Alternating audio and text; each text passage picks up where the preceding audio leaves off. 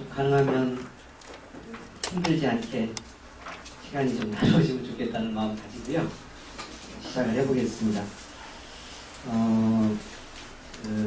저는 이제 내용을 앞에서 하신 분들이 어떻게 했는지는 잘 모르겠지만 아마 이론적인 것도 준비가 잘 된 분들이 하셨을 것 같고 체계적인 어떤 그런 교육도 준비했을 것 같은데요. 저는 제가 경험한 걸 중심으로 좀 이론이 어떻게 되고 학문이 어떻게 되고 하는 것은 잘 모르겠는데 좀 실천적인 부분에 이야기를 좀 해보려고 그렇게 생각을 합니다.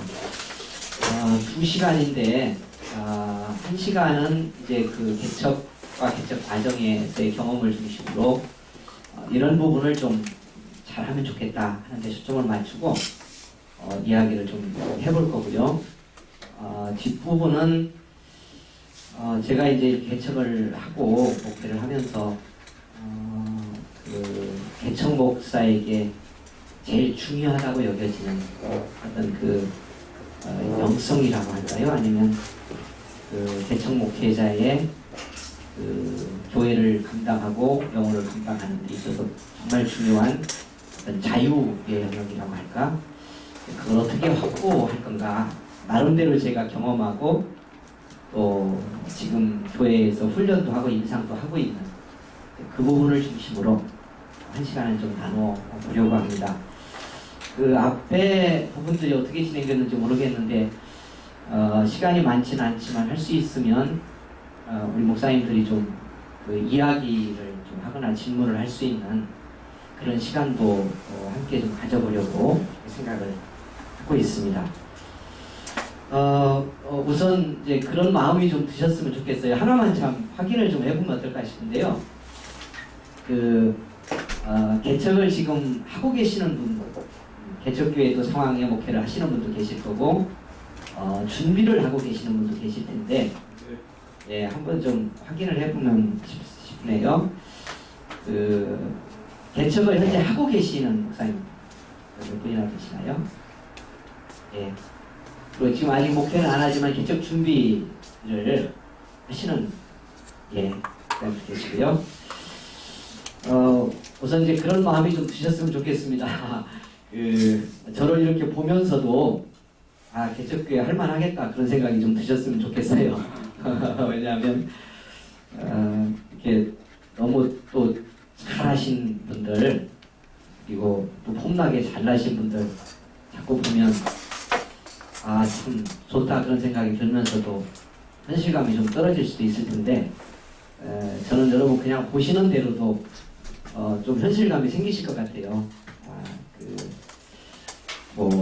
개척하고 저는 어떻게 보면 이렇게 이제 하면서 보니까 이제 한 17, 18년 했는데 한편에서는 개척교회가 저한테 잘 맞는다는 생각도 들면서 처음 시작하고 이렇게 했을 때 한편에서는 계속 개척교회하고 좀 체질이 잘 안 맞는다 그런 생각도 있었어요. 이제 그런 생각이 들었던 건 사람들이 저를 보면서 개척한다고 할 때 가까이 알았던 사람들이 대부분 개척교회 좀 안 하는 게 좋겠다 이제 그런 얘기를 많이 들었고요. 시작을 해놓고 났는데도 주변에서 이제 그렇게 말씀하시는 분들이 많이 있었습니다. 그렇게 했던 이유로 우선은 안 그래도 목회하는 일이 이게 참 체력적으로 어떻게 보면 체력 싸움일 수도 있는데 체력적으로 너무 약해서 개척교회를 할 수 있겠냐 그런 얘기도 가까이 계셨던 선배들 중에 하시기도 하고 그랬어요. 그런 거 포함해서 또 하나는 이제 개인적인 겁니다만은 가족들이 그렇게 신앙의 전통이 있는 집안이 아니라서 저 때의 예수를 믿은 사람이거든요. 그리고 신학 공부를 하러 온 것도 거의 예수 믿고 신앙 경력이 한 1, 2년 정도 됐을 때 이제 신학 공부를 시작을 했습니다. 그러니까 집안에 누가 제 목회를 배경이 좀 돼서 지원하고 협력할 수 있는 그런 분들이 거의 없는 그런 상황이기도 하고 여러 가지 점들이 개척교회에 적절하지 않은 그런 조건인 것 같아요. 그래서 그렇게 했는데 그래도 하나님이 그렇게 인도를 해주셨고 여기까지 오게 됐습니다. 그래서 이제 그냥 그 제 상태 조건 뭐 이런 거 보시고도 나는 충분히 되겠구나 그런 마음 가지셨으면 좋겠습니다. 할렐루야. 예. 이렇게 이야기를 좀 해보겠습니다. 개척 준비를 하는 데 있어서 지금 시작하시려고 하는 분들도 있으니까 어떻게 하는 게 좋을까? 제가 경험해봤던 이런 건 참 문제더라 또는 이런 건 잘못한 것 같더라 그런 얘기 좀 함께 해보고요. 진행하는 과정에서 극복해야 될 부분들 그런 부분들의 이야기를 좀 나누고요. 이제 그 뒤에 아까 말씀드린 것처럼 정말 더 중요한 부분은 결국은 처음에 시작할 때는 사람이 빨리 확보되면 좋겠다. 몇 명 됐으면 좋겠다 이렇게 생각하지만 그 다음에 대부분 개척교회들이 어려움을 겪는 건 그 사람들과 어떻게 할 거냐 정말 교회가 건강하게 힘있게 세워져 갈 거냐 하는 데서 꼭 문제가 생깁니다. 어느 단계별로 그 목회자의 어떤 그런 목회적 어떤 은사나 뭐 지역이나 이런 것에 따라 다르겠지만 제가 이렇게 보면 지금까지 거의 비슷한 패턴의 문제들이 그 단계마다 오는 것 같아요. 그런 부분들을 넘기 위해서 목회자, 개척하는 목회자가 준비해야 될 가장 중요한 어떤 그런 어떤 영성의 문제에 어떻게 확보를 하고 성장을 시킬 거냐 하는 부분 이야기를 좀 해보려고 합니다. 자, 우선 그 자료 받으신 거 좀 보시면서요. 조금만 얘기를 좀 해볼까요?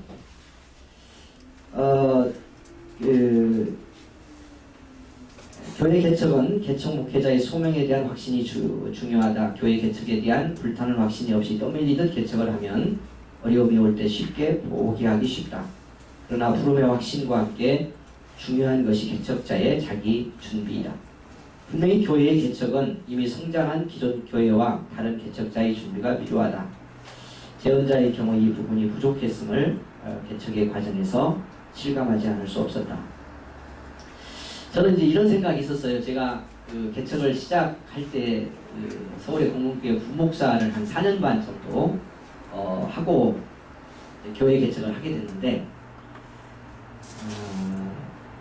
어떻게 보면 개척을 하고 싶은 마음, 개척교회를 해야 되겠다 그런 생각은 좀 뜨거웠지만 그런 어떤 마음과 생각에 맞도록 자기 준비가 됐느냐 하는 점에 있어서는 전혀 미달을 했던 것 같아요. 그러니까 그때까지 제가 목회하고 또 교회 부목사로 훈련하고 이렇게 한 것 가지면 개척교회를 하면 될 거다라고 생각을 했어요.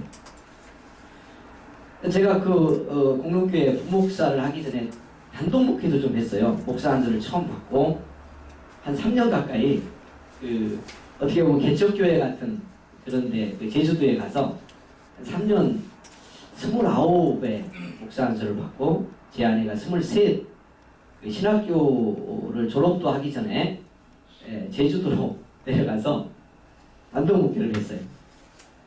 그런 경험도 좀 있었고 어떻게 했는지 지금 보면 참 돌아보면 은혜지만 29, 23 목사 부부가 안수받고 한 달 만에 내려가서 제주도의 바닷가의 농어촌 교회 목회를 교인들이 한 20명 있는데 열심히 했어요. 하여튼 그 뭐 어떻게 목회인지도 잘 모르고 했는데 그런 경험도 있었고 또 나름대로 좀 교단에서 크다고 하는 교회에서 부목사로 설교할 기회도 많고 또 신방할 기회도 많고 때로는 말씀 훈련의 과정을 맡겨줬기 때문에 성역 공부도 시키고 그렇게 하면서 교인들에게 인정도 받고 담임 목사님도 나름대로 잘 섬겼다고 고마워도 하시고 그런 과정의 준비들이 나름대로 있었기 때문에 이 정도 되면 교회를 시작하면 되겠지 이런 생각을 한 거지.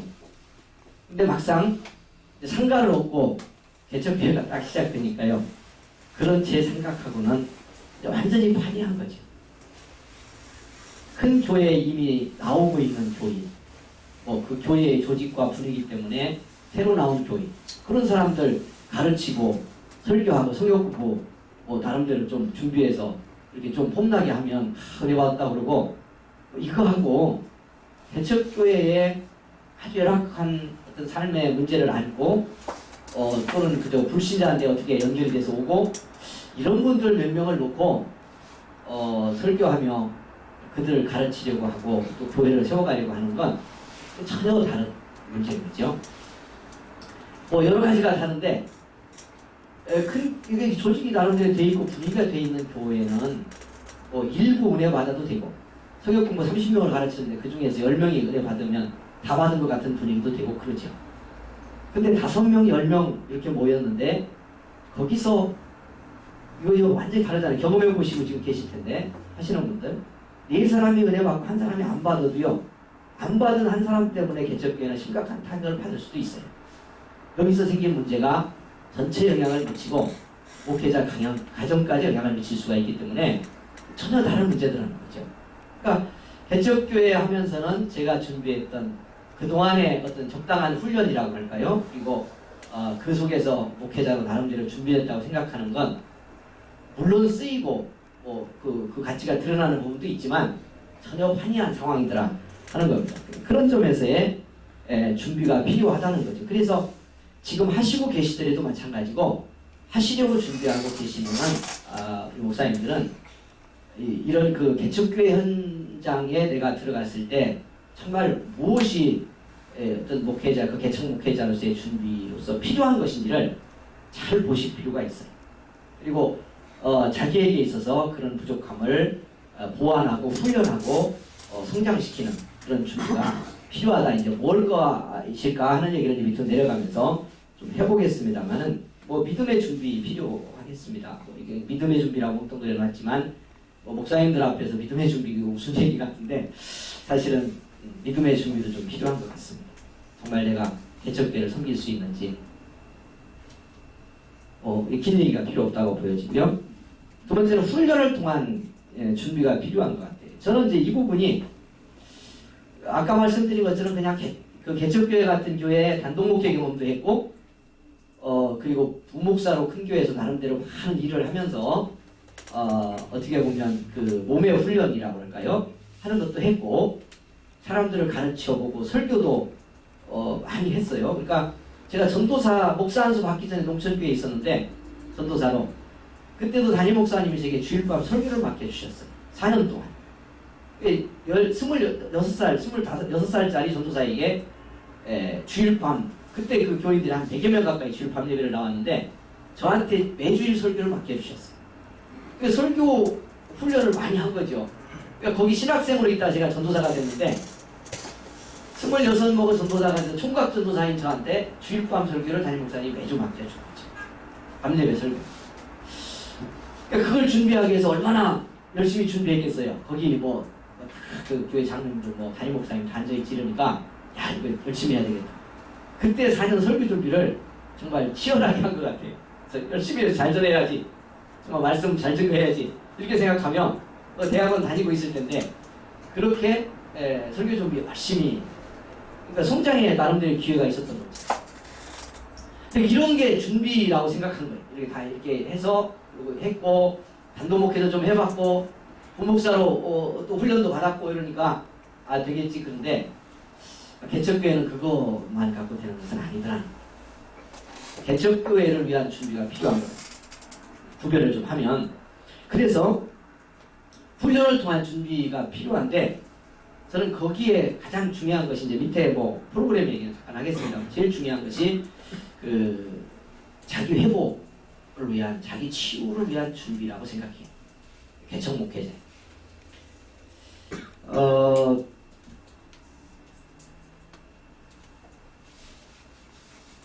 저는 이런 점은 문제가 안 된다고 생각했어요. 그리고 뭘 내가 회복이 필요한지에 대해서 별로 도전이 없었어요. 근데 개척교회 현장으로 돌아가고, 이제 우리 교회가 좀 특수해서 더 그래. 교인들의 어떤 모인 어떤 성향과 어떤 분위기가 좀 특수해서 그럴 수도 있는데, 어떤 그런 삶의 심각한 문제를 안고 온 사람들이 주로 이제 개척교회가 많은데, 이분들과 함께 이제 목회를 하고 교회를 세워가려고 하다 보니까 이게 조금 모이면, 시간이 지나면요, 다 이제 사람 문제가 부딪히고, 자기 속에 내면의 문제가 부딪히고, 이런 게 상처가 노출되고, 이러는 겁니다. 근데 이걸 개척하는 목회자가 좀 파악도 하고 감당도 하고 회복도 시킬 수 있는 그런 측면에 있어서의 자기 치유를 통한 영적 파워가 없으면 개척교회를 지속적으로 끌고 가기가 대단히 어렵겠다 하는 걸 제가 이 과정을 지나면서 깨닫게 됐어요. 그러니까 어느 정도 성장하면, 아까 제가 그런 말씀 드렸잖아요. 어느 정도 성장하면 왜 문제가 될까? 여러 가지 이유가 있는데요. 들어가 보면 실제는 이런 데서 시작돼요. 거기서 열심히 일하던, 중심이 돼서 일하던 어떤 중심 집사, 그 사람하고 담임 목사하고 이런 감정적인 어떤 문제에 충돌돼요. 겉으로 드러날 때는 다른 문제 같지만요, 하고 들어가 보면 결국은 그런 문제예요. 그런데도 서로 용납이 안 되거나 이해를 못하거나 용서가 안 됩니다. 이런 부분들이 몇 건 딱 작은 개척교회는 문제가 부딪혀서 상하면 그 파급력이 큽니다. 그러니까 다른 이렇게 조직화된 큰 교회는 한쪽에 그런 문제가 좀 있어도 별 문제가 없어요. 핵심 세력이 담임 목사와 어느 틀을 만들고 흐름이 끌려가면 문제가 없는데, 작은 교회는 안 되는 거예요. 30명 됐다가 주저앉고 50명 됐다가 주저앉고 하는 것도 들어가 보면 결국은 다른 문제 같지만 속에는 그 문제가 있어요. 결국 그걸 담임 목사가, 개척하는 목사가 감당 못하고 가면 이걸 넘기가 어려워지는 거예요. 그러니까 그런 측면에서 자기 회복, 내 존재에 대한 어떤 영적 진단에서부터 자기 내면에 뭔가 내가 이렇게 문제를 안고 온 사람, 그런 사람들을 어떻게 감당하고 가고 그 사람들의 문제나 아픔이 뭔지를 이렇게 직시해 보며 그걸 회복시켜 갈 수 있는 파워가 있느냐 하는 것은 갈수록 중요한 문제가 됩니다. 다른 문제 같지만 결국 어떻게 보면 개척교회는 승부 거기서 난다고도 저는 보여요. 그런 측면에서 개척교회 목회자의 자기 회복과 이런 자기 속의 문제들을 회복하고 성장해 가는 건 대단히 중요한 부분이다 하는 거고요. 그런 측면에서 저는 시작을 하려고 하는 우리 목사님들이나 지금 하고 계시는데, 혹여 제가 지금 이 얘기하면서 이런 문제 겪고 계시는 상황도 있을 수 있습니다. 어떻게 넘을 거냐 하는 걸 보고 자기 진단을 다시 해볼 필요가 있다. 그리고 어떻게 극복할 건지를 좀 이렇게 훈련을 통해서 성장을 시키지 않으면 이게 감당이 어렵죠. 큰 교회는요, 제가 담임 목사라 무슨 공동교회를 섬긴 건 아니지만, 그때 그 담임 돌아가신 목사님 총회장도 하시고 그래서 제가 몇 달씩 설교도 하고 이렇게 이제 했는데, 이렇게 가만히 보면요, 이렇게 좀 조직이 된 교회는 담임 목사의 어떤 자기 한계라고 할까, 이 내면의 자기 한계 같은 게 그렇게 사람들에게 다 노출될 기회가 별로 없어요. 그러니까 별 문제가 안 돼. 어떻게 보면 약간 문제가 있어도 심각한 어떤 내적 문제가 있어, 한편에서 보면. 그래도 그 교회가 잘 조직돼서 어느 정도 훈련이 돼 있으면요, 그런 교회 부임해 가서 목회하면 할 수 있어요. 장로들하고 어느 정도 타협하고 흐름이 가면 되니까. 적어도 5년, 10년은 감당하고 가죠. 그런데 개척교회는 오는 사람하고 다 항상 1대1이죠. 그들의 삶과 담임 목사의 삶 다 노출되죠. 그러니까 거기서 그들이 안고 온 문제도 심각하게 내게 부딪혀오고, 그 속에서 내가 가진 문제도 좀 심각함이 있다면 이것도 드러나서 그냥 드러날 거예요. 그리고 그런 분위기가 그 영적 분위기로 그 작은 공동체는 그대로 다 영향을 미칩니다. 그러니까 이거 심각해요. 그러니까 이런 측면에서의 자기 성장을 위한 회복이 안 되면 결국 브레이크가 그것 때문에 결국 걸리게 된다 하는 것을 좀 잘 기억하시고요. 그런 측면에서 성장을 위한 훈련을 꼭 하면 좋겠다 하는 생각을 저는 절실하게 갖고 있습니다. 제가 하는 과정에서 과정마다 이런 문제를 직면했으니까 그때는 왜 그런지 잘 몰랐어요. 저는 이런 생각도 많이 했어요. 물론 그렇기도 해요. 하필이면 저런 종자가 와가지고, 야, 저렇게 심각한 문제를 안고 와가지고 말해, 저거 누구 감당하겠냐, 저거. 이런 생각했거든요. 물론 그래요. 그런 측면도 있어요, 실제로. 근데 제가 이렇게 돌아보면 충분히 지금 노력해보면 안고 가고 감당하고 가고 조금만 길을 열고 마음을 만지고 말씀을 통해 회복을 시켰다면 충분히 살리고 회복시킬 수 있는 사람도 이 지금 돌아보면 제가 어느 그 과정에서 제가 감당을 못해서 하고 봐줄 수가 없는 거지. 그런 모습, 그런 말, 그런 행위, 그렇게 했는데 배신감도 생기고 이런 것들이 이게 잘 건강하게 소화돼서 극복이 안 되니까요.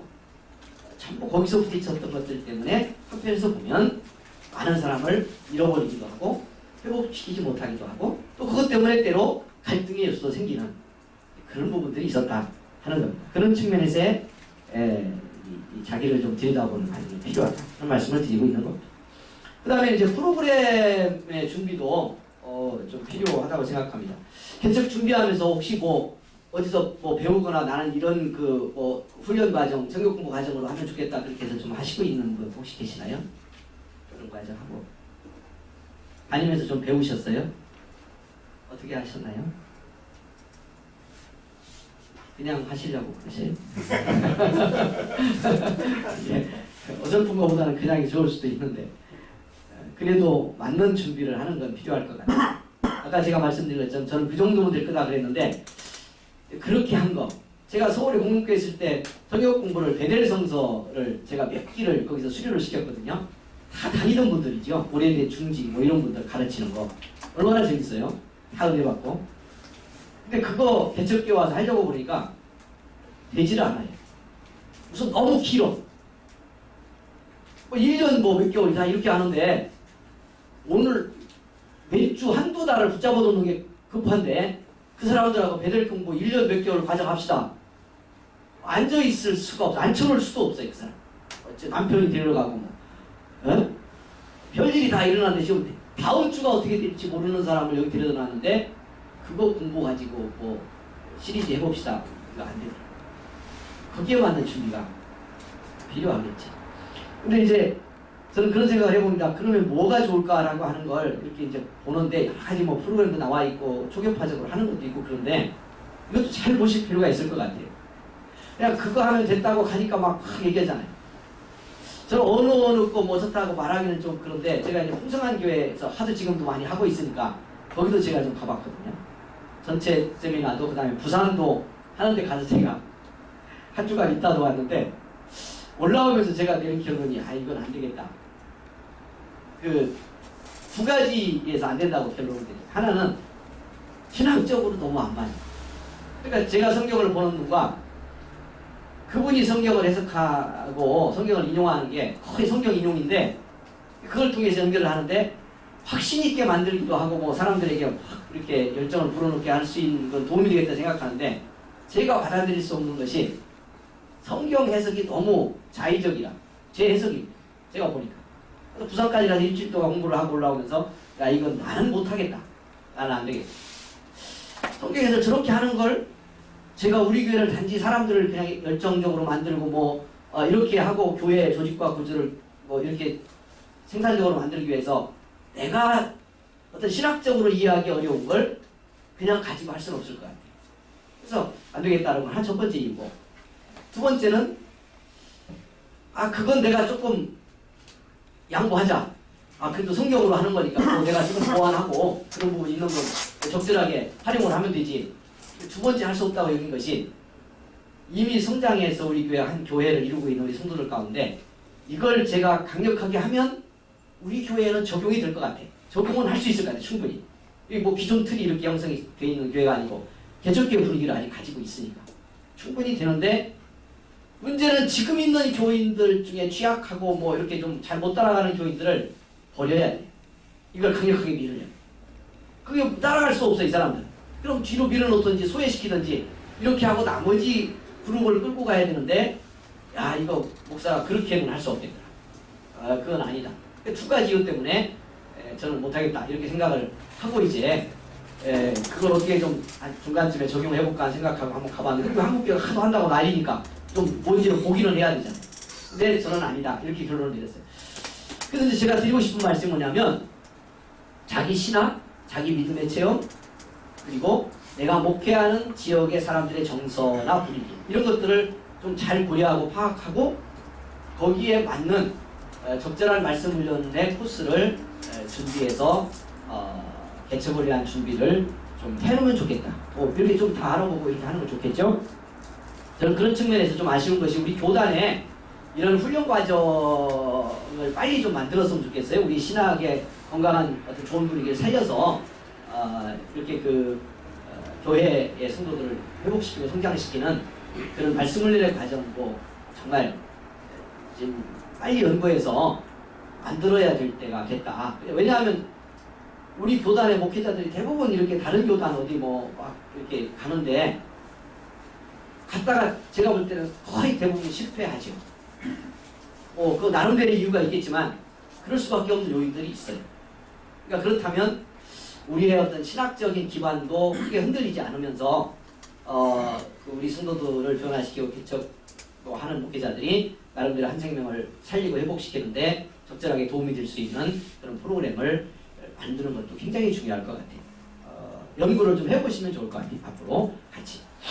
그런 준비가 필요하고요. 그 다음에 좀 빨리 가겠습니다. 두 번째, 개척 준비와 시작에서 노예, 시찰 등과 협력과 지원을 통한 준비. 홀로 준비하는 과정에 시행착오도 많고 준비 과정에 지쳐서 개척을 용기 있게 감당하는데 손해를 보. 제 경우도 그랬어요. 그때 당연히 다 그런 분위기. 지금도 아직 그런 것 같아요. 이런 정도의 모임이라도 돼서 교단 차원에서 개척을 위한 어떤 준비를 하게 하고 좀 생각도 해보게 하는 과정이 뭐 어디 있어요? 어느 교회가 또는 노예가 개척 준비를 해도 지금까지 다 패턴이 그랬어요. 자금 준비, 돈 준비 해놓으면 그 다음에 적절하게 연결되는 사람 물색해가지고 개척해서 좀 알아봐라 이렇게 하고 보내는 거예요. 근데 그 과정이 굉장히 막막하죠. 돈 문제도 따르고 뭐 지역 여러 가지 문제가 다 걸려 있는데 앞으로는 제 생각은 그 개척을 하려는 교회도 개교회가 하더라도 좀 그런 개교회가 하는 교회는 규모가 있는 교회일 거 아니에요. 개척 자금을 내놓고. 그러면 조금 어설프더라도 그 교회 안에 개척 준비위원 같은 걸 잘 구성해서 나름대로 노예와 같이 협력하면서 어떻게 개척자를 선정하고 개척 지원을 하고 장소 선정 어떻게 할 거냐 이런 것들에 대한 준비가 필요하고 노예는 당연히 필요하고. 근데 지금도 그냥 하는 정도죠. 우리 이제 경기도에서 이번에 하는데 우리 목사님도 오셨는데 그래도 조금 개척자 선정에서부터 준비를 좀 했죠. 사람을 공모도 하고 거기서 여러 가지 테스트도 하고 뭐 이렇게 이제 하고 아마 개척 장소도 지금 어디 정하는 걸로 아는데 대략 그것도 이제 노예 개척위원회가 함께 협력해서 장소 선정을 위한 노력도 함께 하고 이런 정도라도 같이 해서 개척이 준비돼야 되는데 그러지 않았을 때 그 목회자 혼자 내가 여기다라고 생각했다거나 이 정도면 되겠지라고 하는 것이 참 때로는 좀 상황이 전혀 안 맞을 수도 있고 그냥 쉽게 표현하면 패착이 될 수도 있어요. 그런 어떤 결정을 하는 데 있어서 저는 어떻게 보면 그렇게 했는데 5천만 원만 강남교에서 제가 지원을 받고요. 개척을 시작할 때. 그 나머지는 어디서 어떻게 개척 지원을 받고 누구한테 의논해야 되고 이런 게 아무것도 없는 거예요. 저하고 제 아내가 부목사 하던 교회에서 한 달 휴가를 받고 그냥 막연하게 개척 장소를 5천만 원 들고 찾으러 다니는 거예요. 이거 얼마나 막연하고 황당해요. 이거 뭐 시작도 그렇게 됐어. 그래가지고 이제 그 서울 주변 뭐 신도시를 다녀보고 분당, 뭐 용인, 수지 이런데 그때 이제 막 개발이 될 때요. 분당도 한쪽에 막 올라가 있고 수지 개발을 해가 한쪽에서 시작을 할 때 신도시 좋겠다. 30평 얻는데요. 1억이에요 그때. 5천만 원 지원 받았는데. 그럼 어떡하겠어요? 살지 뭐 이러고 아무 대책이 없죠. 그러니까 엄두가 안 나는 거예요. 자 어떻게 제가 있던 것까지 해서 30평 공간 얻었다. 나머지 어떡할 거냐. 아무 대책이 없어요. 근데 이걸 가지고 누가 상의할 사람 하나가 없어요. 그러니까 강남교회도 5천만 원만 지원하는 거지 그 교회에서 어떻게 해서 우리가 개척 지원을 이렇게 도울 테니까 이런 준비를 해라 이런 건 하나도 없죠. 그냥 가는 거예요. 그래서 제가 얼마나 웃겼냐면요. 그렇게 다니다가 안 되겠다 이렇게 해가지고는 뭐 개척 장소 못 잡겠다. 한 달 안에 정하고 이제 한 달 휴가 받았으니까 부목사 이제 한 달 후에 사임을 하고 나와야 되죠. 그럼 당장 들어가서 뭐 시작할 때가 있어야 되는데 없잖아요. 안 되겠다 그래서 그냥 그러면 내가 좀 살았고 익숙한 데로 오자. 그래서 수원으로 온 거지. 수원으로 와가지고 어디 뭐 이제 제가 전도사에 있었던 지금 은퇴하신 백경희 목사님께가 개척하랍니다 이렇게 말씀드리니까 힘든데 개척 어떡하려고 그래. 뭐 이 걱정이나 하시지 평생에 개척을 한번 해보신 적이 없잖아요. 당신 교회에서 개척교회를 한 적도 없잖아요. 그리고 주관이 개척교회 할 필요가 별로 없다고 생각하는 주관에 그때까지 그런데 제가 가가지고 우리 집에서 잘한 제가 가서 개척한다고 보니까 하지 말라고는 할 수 없고 그거 어떡하냐 안 하는 게 좋지 어디 다른 교회 가지 그랬어 뭐 이런 얘기는 하셔. 걱정이 태산 같으시오. 기도 열심히 해주시고. 그러니까 대책이 없죠. 그 시찰장한테 얘기하고. 그리고는 방법이 없어서 제가 그냥 믿지도 않는 어떤 사람, 차도 없으니까 수원 어디를 다니면서 시간이 얼마 없는데 산소를 알러 가야 되는데 그때는 딱 목표가 오직 하나 그냥 장소만 주시면 아무 데나 5천만 원을 얻을 수 있는 데만 있으면 그냥 합니다. 이런 생각입니다. 그리고 아는 분 통해가지고 누가 좀 교회도 안 다니는 사람인데 시간이 그날 남는다고 그래가지고 차를 가지고 왔어요. 이분 도와준다고 해서. 그래서 제가 수원 시내 지도를 딱 펴놓고 지금 위치가 어디입니까? 여기입니다.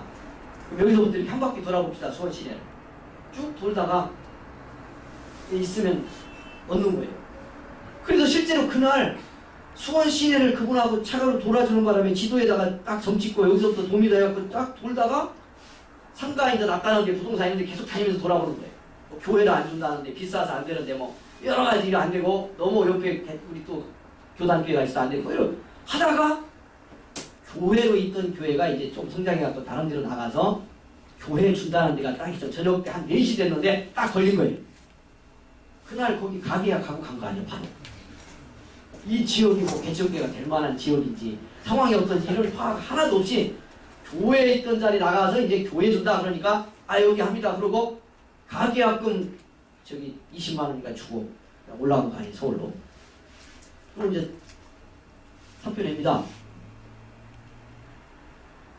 그랬더니 그 목사가 이거 좀 다른 얘기입니다만은 예장 목사인데요. 저하고 가서 그 얘기할 때는 안에 시설도 이것도 주고 에어컨도 주고 뭐 다 해서 그 안에 시설물 얼마 이렇게 하기로 딱 했는데 저는 위에 가서 이제 교회 가서 사임하기로 다 하고 내려올 생각하고 이 안에 좀 정리하고 들어와야지 그러는데 만났더니 이건 못 주고 교인들이 얘기했더니 이건 안 된다고 그러고 돈을 뭐 몇백만 더 달라고 그러고 정말 그런 애 존자가 지금 부흥해갖고 나갔는데 진짜 그래도 어른도 부흥해서 나갔는데 개척한다고 왔는데 저한테 그렇게 사기치면 안 돼요.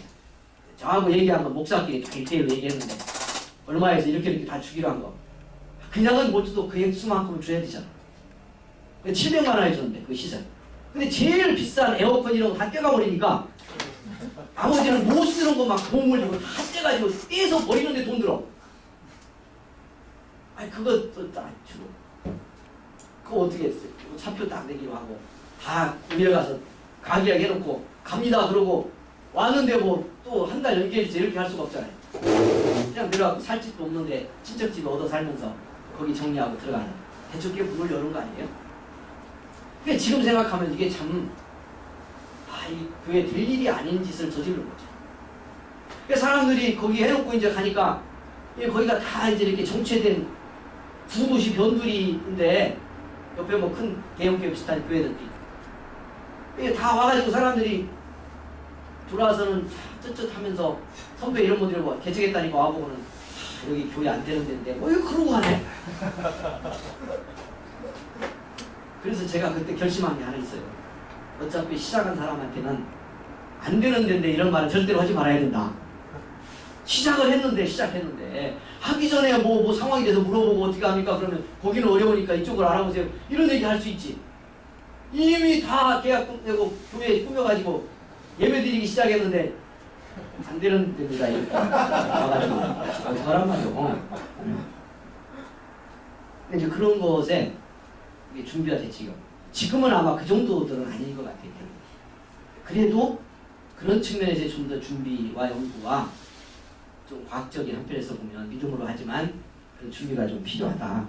잘 좀 보셨으면 좋겠어요. 그런 부분을. 제가 이제 그런 경험을 통해서 저희 노예의 이제 그 희년 기념교회 개척을 몇 년 전에 했어요. 지금 꽤 오래됐습니다만은 그때 제가 이제 그 개척교회 준비위원회 서기를 맡아서 그 개척 과정을 도왔어요. 그래서 제가 그런 경험을 토대로 뭐 어떻게 하면 잘 되는지는 잘 모르지만 이렇게 하면 안 된다는 건 제가 확실히 본 게 있잖아요. 그래서 그 개척 목사님 정해지고 난 다음에 모시고 다니면서 이 목사님은 막 어디 신도시 막 이런 데 가서 뭐 여기 옷 한가운 막뭐 사볼까 뭐 어떻게 할까 땅이 뭐 50평 있는데 여기를 어떻게 해갖고 해볼까 막 그런 제가 계속 브레이크를 걸었으니까 안 됩니다. 여기 어다 여기서 삐끗하면 노예 예산 목사님 다 드린 거 이거 재산 건지기도 잘못하고 어렵고 그리고 이런 조건 때문에 여기서 승산을 보기 어렵다. 그래가지고 찾다가 한 군데 딱 갔어요. 거기는 신도시도 아니고 뭐 이런데 제가 이제 그 목사님하고 딱 거기를 가보니까 장점이 몇 가지, 딱 개척교회가 될 수 있는 장점. 하나는 그 지역이 작은 이렇게 마을 같은 곳이지만 개촌인데 경기도 계속 이렇게 주민등록 같은 거 그런 것도 해본 거예요. 인구 증가 속도가 어떻게 되나? 늘어나는 급속도로 도시는 아니지만 서울 쪽에서 계속 이렇게 밀려서 뭐 전원주택도 짓고 이렇게 들어오는 사람들이 있어서 인구가 계속 증가해요. 다녀보니까 한 8,000명에서 이제 뭐 몇천 명 이렇게 인구가 되는데 그 주변이 큰 교회가 없어요. 100명을 제대로 넘는 교회가 없는 거예요. 그러니까 충분히 해볼 만하잖아요. 근데 거기 땅이 나와서 270평. 근데 그때 한 70만 원 되니까요. 이게 3억 미터 땅을 살 수가 있겠더라고요. 그래서 노예에서 준비한 거하고 본인이 내놓고 한 거하고 일부 빌렸고 그 땅을 샀죠. 그리고 거기 교회를 지었어요. 그러니까 무슨 막 폭발적으로 부흥하는 교회는 아니지만 대청 목회자 한 사람이 거기서 감당하며 새로 들어오는 사람 하나씩 해서 지금 어느 정도 교회의 틀이 잘 만들어졌어요. 재산도 형성이 됐고 그리고 교회도 모양이 만들어져서 되어가는 것을 보게 됐어요. 그러니까 그런 정도 준비만 해도 훨씬 뭐라 그럴까 개척교회의 변화를 만들 수 있는 상황을 만들 수 있는데 안 그러고 무턱대고 가다가는 어려움을 겪게 된다. 정말 능력 있는 목회자도 개척하다 어려움을 겪게 되는 경우도 생기더라 하는 겁니다. 그런 점에서 중요하다. 그 다음에 세 번째 자금과 지원 그룹을 준비를 잘 하는 거. 그리고 아까 지금 다 얘기하고 있습니다만은 조금 늦더라도 이런 준비를 좀 할 수 있는 해보시면 좋겠어요. 아까 말씀드린 것처럼 저는 그렇게 했기 때문에 저하고 제 아내하고 그렇게 상가 이제 50평, 60평을 5천에 월 20 이렇게 주고 이제 거기를 얻었죠. 상가 3층. 뭐 도울 사람 이런 대책이 하나도 없었는데 수원에 이제 저희 그 누님네 매형네 가정이 이제 수원교회 집사로 섬기고 있는데 그 가정이 이제 제가 수원에서 시작하니까 어떻게 안 올 수가 없잖아요. 그 한 가정하고 저희 가정하고 이렇게 시작을 한 거죠. 다른 어떤 없는데 그 준비 그룹이 그래도 제가 이제 뭐 농촌교회도 있고 공동교회도 있고 좀 큰 교회들이 있어서 개척을 하니까 그래도 조금 도움을 받은 거예요. 그분들이 기도도 해줬고 체계적이진 전혀 않지만 제 개척한다는 이야기를 듣고 뭐 지나가다가 들리고 또는 기관에서 모여서 자기들 예비 나온 거 가지고도 오고 뭐 이렇게 하면서 유모적으로 이제 후원도 받고 지원도 좀 받았죠. 물론 관광교회에서 개척하고 이제 1년 정도는 50만 원씩 생활비를 일부 지원을 받기도 했고요. 그래도 그런 정도의 조건이라도 되어서 어느 정도 감당을 할 수 있었는데 지금은 뭐 이제 그런 정도 갖고는 또 안 되잖아요. 훨씬 더 좀 체계적인 준비가 필요하다. 이 측면에서 자금과 뭐 이렇게 한 상황에서 시작했으면 이제 감당을 하셔야 되고요. 그걸 넘어서 더 어떻게 할 거냐는 얘기를 좀 더 이제 얘기를 좀 해보면 좋겠습니다. 아무튼 그런 준비가 필요하다. 왜 그 말씀을 드리냐면 다 아시겠지만 이런 어떤 그 조금 장기전을 개척교회 해야 되는데 자꾸 요즘에 이제 그런 분위기가 너무 많잖아요. 몇 년 안에 안 되면 안 된다 뭐 이런 거. 그리고 실제로 그런 상황을 보고 몇 년 못 견디다 문다는 데도 보고 이러니까 자꾸 조급해지지. 근데 교회는 저는 조급해서는 안 된다고 생각해요. 그런 생각으로 개척을 해도 안 돼요. 교회라고 하는 가치가 그렇게 결정되지는 저는 아니라고 생각해요. 그렇게 하다 보면 몇 년에서 안 되면 안 돼 뭐 이런 생각으로 하면 교회를 어떤 조직이나 사업이나 뭐 이런 것처럼 자꾸 물량적으로 보게 되고 그렇게 뭔가를 만들어내야 된다는 걸 자꾸 하니까 빗나갈 위험성도 있고 급해져서 자꾸 패착을 줄 수도 있어요. 그게 현실일지라도 개척을 시작할 때 초점은 어쨌든 한 생명에 방향을 맞춘다.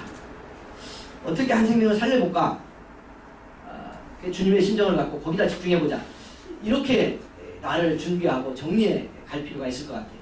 그런데 그러려면 좀 장기전을 펴야 되는데 그걸 감당할 수가 있어야 되잖아요.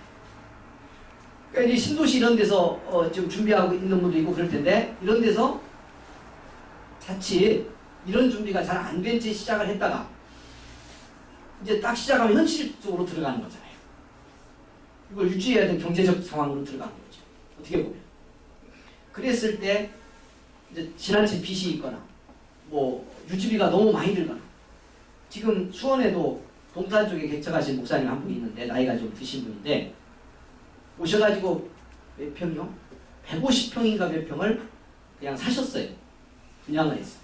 근데 처음에 이제 우리 시찰이어서 제가 이제 이런저런 얘기했는데 이분은 이제 당신 혼자 그냥 와서 딱 해놔버렸기 때문에 그 전에 뭐 어떻게 해야 된다든지 이런 거를 의논할 기회도 저 없었는데 제 생각이면 그렇게 안 하고 안 하지. 이게 150평을 해야 돼. 그게 대부분이 빚인 거예요. 왜도 한 4억 이상이 빚이에요. 처음에 이제 뭐 자기 있는 재산, 가족들이 지원하는 거 뭐 이런 거 가지고 이제 그 이자 내면서 감당을 하시고 그랬는데 어느 정도 지나니까 교인들이 좀 모이다가 아까 제가 말씀드린 것처럼 똑같은 현상이 생긴 거예요. 핵심적인 사람 와서 뭐 헌금도 좀 많이 하고 뭐 의사 뭐 한 달에 몇백만 하던 이런 사람이요. 한 6개월 있다가 만나보면 이 목사님이 풀이 죽어 있는 거죠. 그럼 저는 다 알아. 왜 풀이 죽었는지. 틀림없이 거기 뭔가 한다고 막 하고 돈도 좀 내던 사람 어디로 이제 깨졌구나 이거. 그런 거예요. 그래서 한두 명이 깨지면 휘청하는 거죠. 그 휘청이 내가 심리적으로 타격받아갖고 상처도 되고 이거 가라앉는 것도 심각하고요. 그리고 그냥 현실적으로 경제적 타격이 딱 오잖아요. 견디기가 어려운 거죠. 그러면 그분의 능력을 발휘해 볼 기회도 없고 내가 여기서 정말 목회에서 개척교회를 할 사람인지에 대한 검증도 되기 전에 뭔가 그냥 좌절하거나 교회 유지가 어려워서 중단해 버릴 위험성도 생기는 거예요. 그런 측면에서 조금 늦거나 여러 가지 과정들이 있더라도 지역이 어디든 장기전을 좀 펴고 갈 수 있는 준비를 틀림없이 해야 합니다. 하나님이 하시지만 우리가 듣다 보면 다 막 몇 년에 제가 개척하면서 제일 스트레스 받던 이따가 그 얘기 좀 하겠지만 몇 년에 몇백 명 됐다 이런 얘기 들으세요. 저는 몇 년에 30명도 지금 어려운데 이 30명도 딱 들여다보면 이게 정말 나하고 갈 교인들인가 싶어서 이거 언제 문 닫게 잘못하면 이거 다른 사업한 거면 폐업해야 되지 않냐 이런 생각이 드는 상황을 몇 년째 가지고 가는데 한쪽에서는 뭐 400명 됐다 뭐 실제로 그게 있었어요.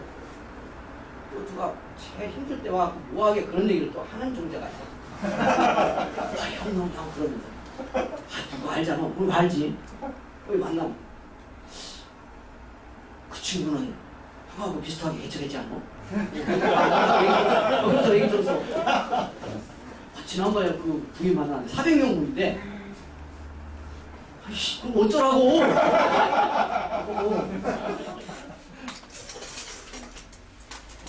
그러니 강남은 기도하려고 엎드려도 기도도 안 되고 기분 더 빼야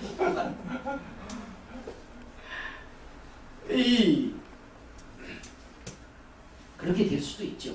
주시면 얼마나 좋겠어요. 근데 안 그럴 수도 있고 안 그럴 수가 더 많고 그럼 어떡할 거냐. 그럴 수 있고 그렇게 될 때까지 견디며 한 생명 붙들고 실험을 해야 되는데 그러면 아까 말씀드린 것처럼 내가 감당할 다 목회자로서의 내 체력 영적 체력 이런 것과 함께 제일 중요한 게 돈이잖아요. 그걸 감당하고 가는데 돈만 있으면 그래도 버티고 가는 거 아니겠어요? 안 그러세요? 돈만 있으면 견디고 가잖아요. 믿음이야 이제 좀 있으면 없다가 생기기도 하고 기도에 안 되다가 또 하면 되기도 하고 그러는 거니까 그렇게 하면 되는데 돈은 없으면 그냥 없는 거예요. 안 되잖아. 월세 내야 되는데 이자 내야 되는데 어떻게 하겠냐. 그런 압박감이 딱 오면요. 그때부터 영적 체력이 고갈돼요. 돈이 떨어지면 영적인 은혜도 떨어져요. 안 그러세요? 개척하면 저는 그랬는데 그게 위협받아서 불안하면요. 다른 거 다 불안해지. 그러니까 최소하지만 작게 쓰고 어쨌든 개척하니까 힘들게 살지만 최소한으로 그걸 감당할 수 있어야 되니까 적어도 몇 년은 이걸 어떻게 감당할 이게 뭐 우리 계획대로 되는 건 아니지만 그래도 그걸 위한 준비와 세계적인 지원체계 같은 걸 좀 만들어 놓는 것은 대단히 필요하다는 말씀을 드리고 있는 겁니다. 그러니까 시작하려고 하시는 분 지금 하고 계시는 분들도 이런 부분 다시 점검하셔가지고요. 새롭게 시작하려고 결단하면 이런 부분도 다시 재점검해서 좀 힘들지만 지원그룹도 좀 만들고요. 안 되면 차례도 다니면서 좀 흐름도 묶고 이렇게 해서 뭔가 그래도 생존을 위한 교회의 기본 운영과 생존을 위한 준비는 하고 시작을 하면 좋겠다. 말씀을 드리고 싶습니다. 그 다음에 네 번째 개척 유형에 따른 준비와 지원인데요. 뭐 그냥 하던 얘기도 같이 나올 수도 있는데 목회자 가정이 그냥 이렇게 어디서 지원을 받았든 자발적으로 내가 준비했든 시작할 수도 있습니다. 이런 개척 장점도 있어요. 근데 말씀드린 것처럼 이제 후원 체계나 이런 게 어려워서 이게 참 이제 어려움이 있습니다. 이렇게 되면 장점이 있는 이유는 건드리는 놈이 없어서 좋아요. 내가 시작했기 때문에 혼자 나하고 마누라고 하잖아요. 그 누가 어디서 뭐 대줬다든지 뭐 어떻게 하니까 어디서 좀 몇 가지 뭐 어디 적응 못하는 사람 괜히 와가지고 자기들 개척 멤버라고 괜히 앞에서 떠들고 이러면요, 일시적으로는 어느 한 1, 2년 괜찮은데 틀림없이 이게 이제 문제가 돼요. 그러니까 오히려 더 장애 요소가 될 수 있기 때문에 생존만 할 수 있다면 목사 사무 둘이 시작하는 게 제일 좋을 수 있죠. 근데 말씀드린 것처럼 이거는 지탱하고 가는 것에 지금 이 상황에서 쉽지 않으니까 어려움이 따르지.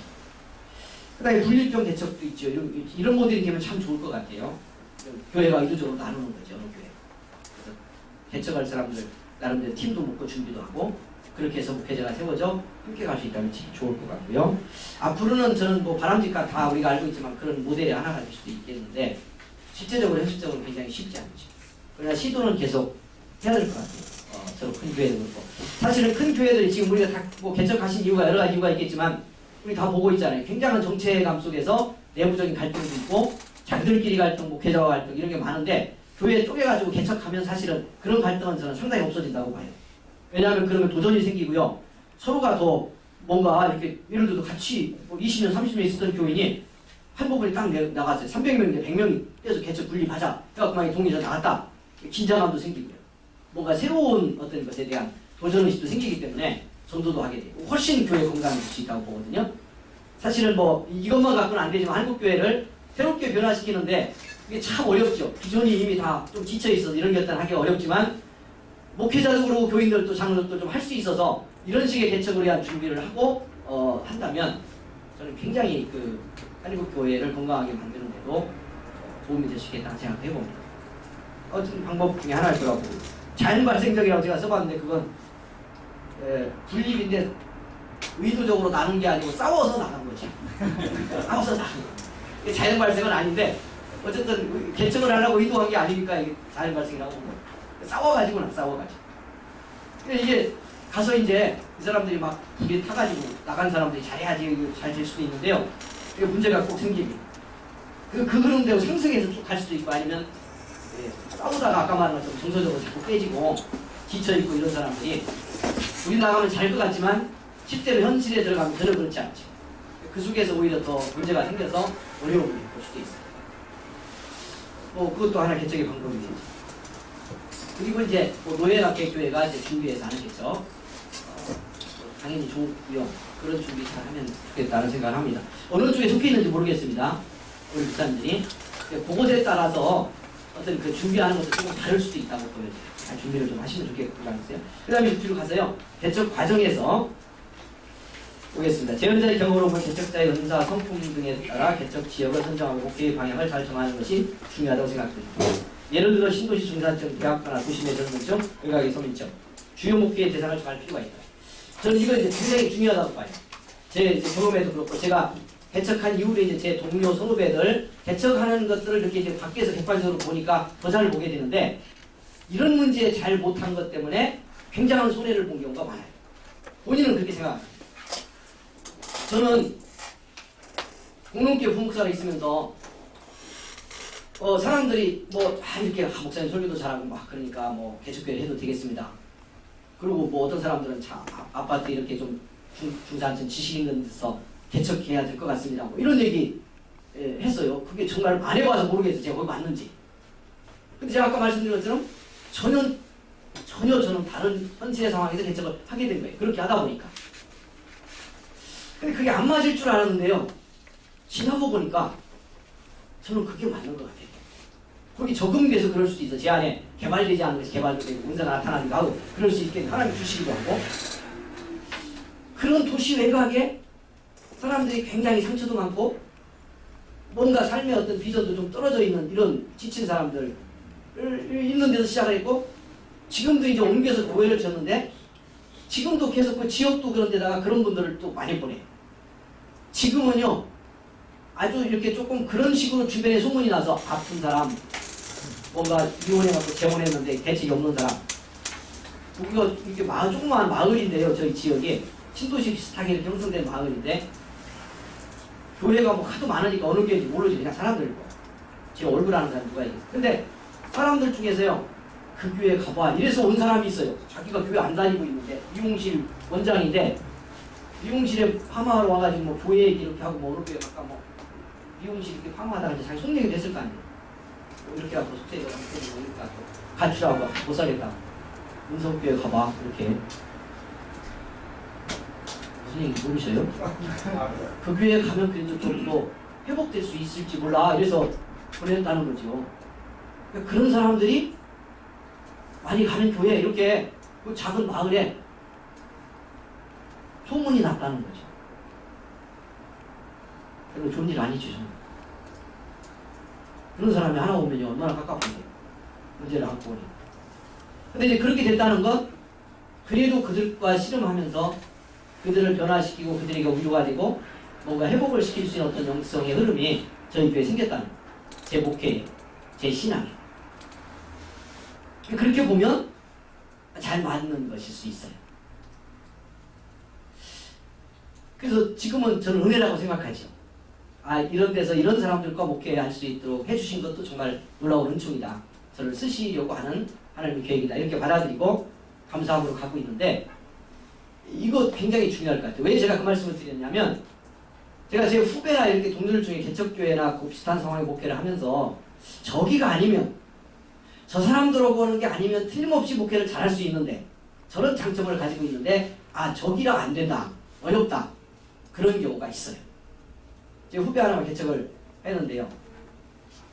농촌에서 목회를 하고 있다가 이제 중간에 개척교회를 해야지 그러고 와서 개척을 시작했어요. 그래서 신도시 같은 데 시작했는데 처음에는 주공아파트 20평 내외 평수가 있는 거기에서 상가를 이렇게 조그맣게 얻어가지고 그걸 분양을 해가지고 개척을 했어요. 한 몇 개월 만에요. 그 상가, 그 조그만 상가가 꽉 차게 한 40명 정도가 보여요. 자리가 없을 정도. 1년을 안 넘고. 저는 그때 개척해가지고 교회를 지었을 때인데 개척한 지역이 그런 데다가 또 옮겨온 쪽도 완전히 허허벌판 비슷하게 아직 집도 안 져진 쪽이라 그때 여전히 40명이에요. 그때 한 6, 7년 됐을 텐데 근데 얘는 6개월, 1년 만에 40명이 모였다는 거예요. 부럽더라고. 또 시험들 나오더라고. 근데 거기서 그렇게 되니까 한 1km도 안 되는 지역으로 이제 다른 단지로 아파트 다른 단지로 거기는 3, 40평대 단지인데 거기로 공간을 더 넓게 분양을 해서 갔어요. 요 사람들 1km도 안 되게 차이가 나니까 이제 상당 부분 오기도 해. 거기서부터 딱 부응이 안 되는. 이 사람들은 왔다는 가는데 그게 등록을 안 해요. 전혀. 신기하죠? 큰 단지에 큰 단지고요. 1km도 안 되게 몇백 미터 차이밖에 안 나고 이쪽은 공간이 훨씬 더 좋고 인테리어도 잘 해놓고 그랬는데 저쪽은 1년도 안 돼서 40명 모였는데 이쪽은 1년이 지나도 2년이 지나도 교인이 10명도 안 되고 저쪽에서 온 사람만 떨어지고 그러니까 훨씬 어려워지고 거기 뭐 빚도 있어 이제 분양하느냐고 들어가고 이제 감당이 안 되기 시작한 그때부터. 근데 그런 이유가 있는 거예요. 그냥 쉽게 표현하면 그 서민이 중심인 그 사람들하고는 분위기가 잘 맞아요. 그때만 해도 벌써 10년이 넘었던 전인데 3, 40평 아파트 때 사람들하고는 정서적으로 안 맞는 거예요. 여러 가지 공간이나 이런 것도 차이가 있을 거고. 여기는 40평이어봐야 자기 집 아파트 평수하고 똑같은 거예요. 정서와 분위기가 안 맞아요. 농촌으로 이제 그래도 목회하다가 갔는데 가서 농촌 목회 잘해요. 그러니까 안 맞잖아요. 그러니까 그런 어떤 정서적인 어떤 분위기를 보는 것도 굉장히 중요하다. 이걸 이제 단정을 할 수는 없죠. 나는 이 사람이다, 저 사람이다라고 이걸 잘라서 단정하기는 어렵지만 그런 측면도 틀림없이 있어요. 그러니까 이걸 잘 보는 것도 중요할 것 같아요. 나는 그냥 믿습니다, 됩니다, 그러고 딱 이렇게 하지만 실제적으로는 현장에 들어가면 이런 어떤 그 자기의 자라온 환경에서부터 언어에서부터 뭐 이게 굉장히 중요해요. 어느 목사님, 은퇴한 소명 목사님 제 동기 아버님인데요. 그분이 쓴 글에 그런 얘기 지금 정확히진 않았는데 이런 얘기가 있어요. 서울에서 그 강남 쪽에 나름대로 폼나는 사람들이 좀 있는 데서 목회를 했는데 이분이 교인들한테 힘들었던 게 뭐냐면 설교도 잘 하시고 그래요. 나가라고 하고 막 담임 목사 싫어하는 이유가 목사님 밥 먹을 때 밥 먹는 게 배기 싫어서. 우리 목사님 어떻게 굶는 사람처럼 밥을 먹고 그러냐. 이 정도 우리 지역의 정서 분위기는 밥 먹는 것도 폼나야 되는데 먹을 때 보면 제 양반이 조금 쉽게 말하면 천박하게 밥을 먹는다는 거예요. 배고프면 먹어야지 빨리 어떡하겠어요. 그게 배기 싫어서 안 되겠다 하고 다른 이유가 있을 수도 있겠는데 그러니까 별게 다 이게 문제가 될 수 있는데 이 정서적 분위기가 어느 정도 공유가 되는 것도 굉장히 중요하다. 이거 잘 보시면 좋겠어요. 시작을 안 하시는 분. 시작한 분들은 이제 대책 없습니다. 그냥 가야 됩니다. 잘해야죠. 소화도 하고 뭐 어쨌든 극복도 하고 이렇게 하는 거고요. 그 지역 정서 나쁘면 지역 정서를 내가 바꾸고 할렐루야. 그럼 되잖아요. 내 정서에 맞게 바꾸면 되지 뭐 지역 정서. 그렇게 하셔야 됩니다. 너무 고급이요. 그럼 좀 낮추세요. 지역 정서를. 날마다 기도하고 분위기를 소박하게 서민형으로 그 지역 정서를 바꾸면 되잖아요. 안 돼요? 내가 바꿀 거 안 되면 거기 바꿔야지 방법이 없잖아요. 하여튼 그렇게 가시고 시작을 안 하시는 우리 목사님들은 그런 걸 좀 고려하셔가지고 이게 잘 맞으면요 분위기 좋으신. 저는 그러니까 제가요 나이 들 때 좀 죄송하지만 들었지만 제가 아까 그랬잖아요. 거기 부목사하고 이렇게 갈 때는 이렇게 좀 지식이 있는데 뭐 이렇게 이런 신도시 이런 데서 이렇게 해야 될 것 같다 이런 얘기를 사람들이 했다고. 근데 지금은요 이래서 오는 사람도 있어요. 우리 할머니 한 번 70 넘은 집사님이 등록을 했는데 등록한 이유가 두 가지요. 이게 자기 올 때 교인들 친절하게 해줘서 하나는 목사님이 너무 좋은데 그 좋은 이유 중에 하나가 뭐냐 몇 가지 얘기하셨는데 할머니 집사님이 이웃집 아저씨처럼 편하게 보여서 좋대요. 그 지역 정서 분위기 맞잖아요 제가. 그렇게 형성이 된 거죠.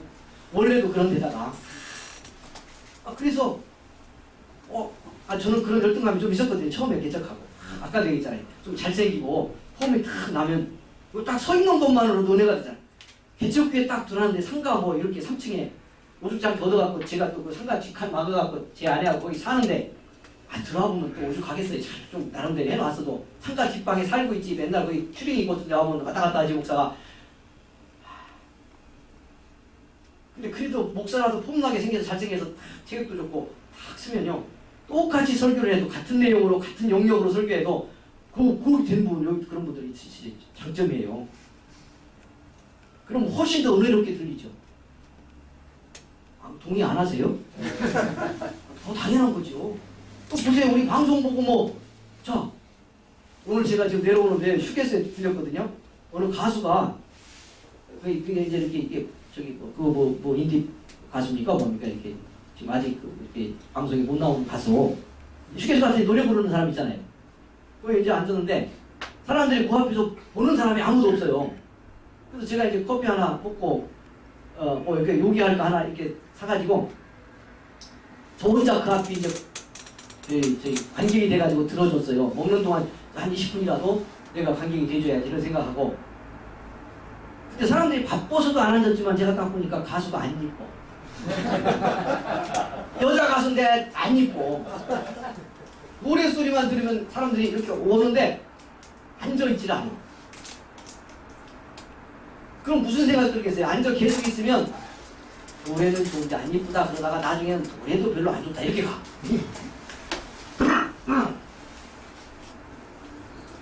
제가 듣고 5,000원 거기 넣어주고 그러고 왔네요. 20분 동안 간격이 돼주고. 중요하죠. 이게 근데 제게 맞게 제 정서의 분위기에 꼭 그렇게 형성이 되니까 이렇게 이제 하나님 보내시고 감당하게 하시는데 이제 그런 측면에서 어떤 자기를 잘 살피는 거 이제 굉장히 중요하다고 정서적으로 개척한 지역과 사람들의 분위기도 파악을 해보는 것이 굉장히 중요하고 물론 내가 성장하고 변화시켜서 이제 조화를 이루면 좋고요. 그건 당연히 우리가 해나가야 되는데 결정적으로 어쨌든 이렇게 잘 안 맞을 수 있는 부분도 있다는 것은 좀 보시면 좋을 것 같아요. 이게 이제 전혀 아닐 때는 내 은사와 능력을 잘 발휘도 못하고 이게 이제 갭이 생기고 그래서 어려워지니까 꼭 맞도록 분위기를 좀 정서적 상황을 자리를 만드는 것은 필요하다 말씀을 드리고요. 그 다음에 이제 자라가면서 성장의 한계가 생길 때 어떻게 극복할 거냐 이게 이제 굉장히 중요할 것 같습니다.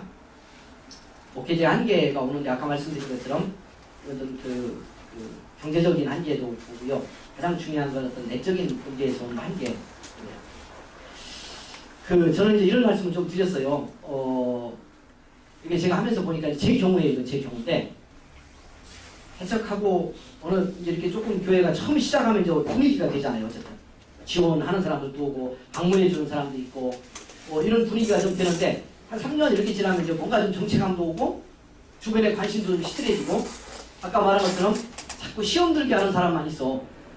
목사 동료들부터도 아까 뭐라고 하면서 야 거기에 땅 샀대 뭐 이러고 몇 명이 모였다던데 여러분 부흥해도 앞으로 그런 얘기 개척한 사람 옆에 자꾸 하면 안 됩니다.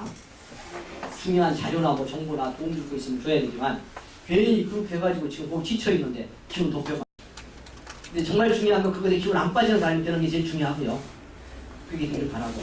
근데 이제 그런 속에서 어떤 경제적 한계와 함께 내 어떤 그 목회자로서의 자기 한계 같은 게 생기는데 너무 막 그럴 때 그냥 또 안에 앉아가지고 기도한다고 막 너무 이렇게 하면 안 될 것 같아요.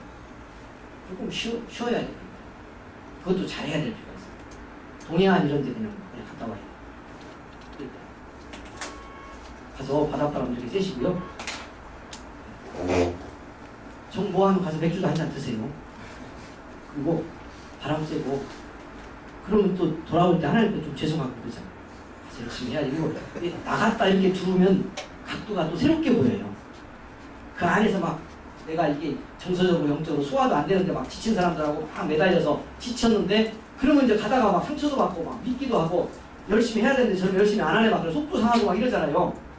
근데 나갔다 오면요 다 괜찮아 보여. 돌아올 때 생각하면 눈물이 나. 그래도 나 같은 사람 보고 이 개척교회 왔잖아. 야, 더 불쌍한 사람들이다. 긍휼히 여겨야지. 저는 기도하고 올 때보다 나가서 좀 쉬었다 올 때 더 은혜가 될 때가 많아요. 죄송합니다 이렇게 얘기해서. 근데 저는 솔직히 얘기하는 거예요. 진짜 그런 경험이 있어서.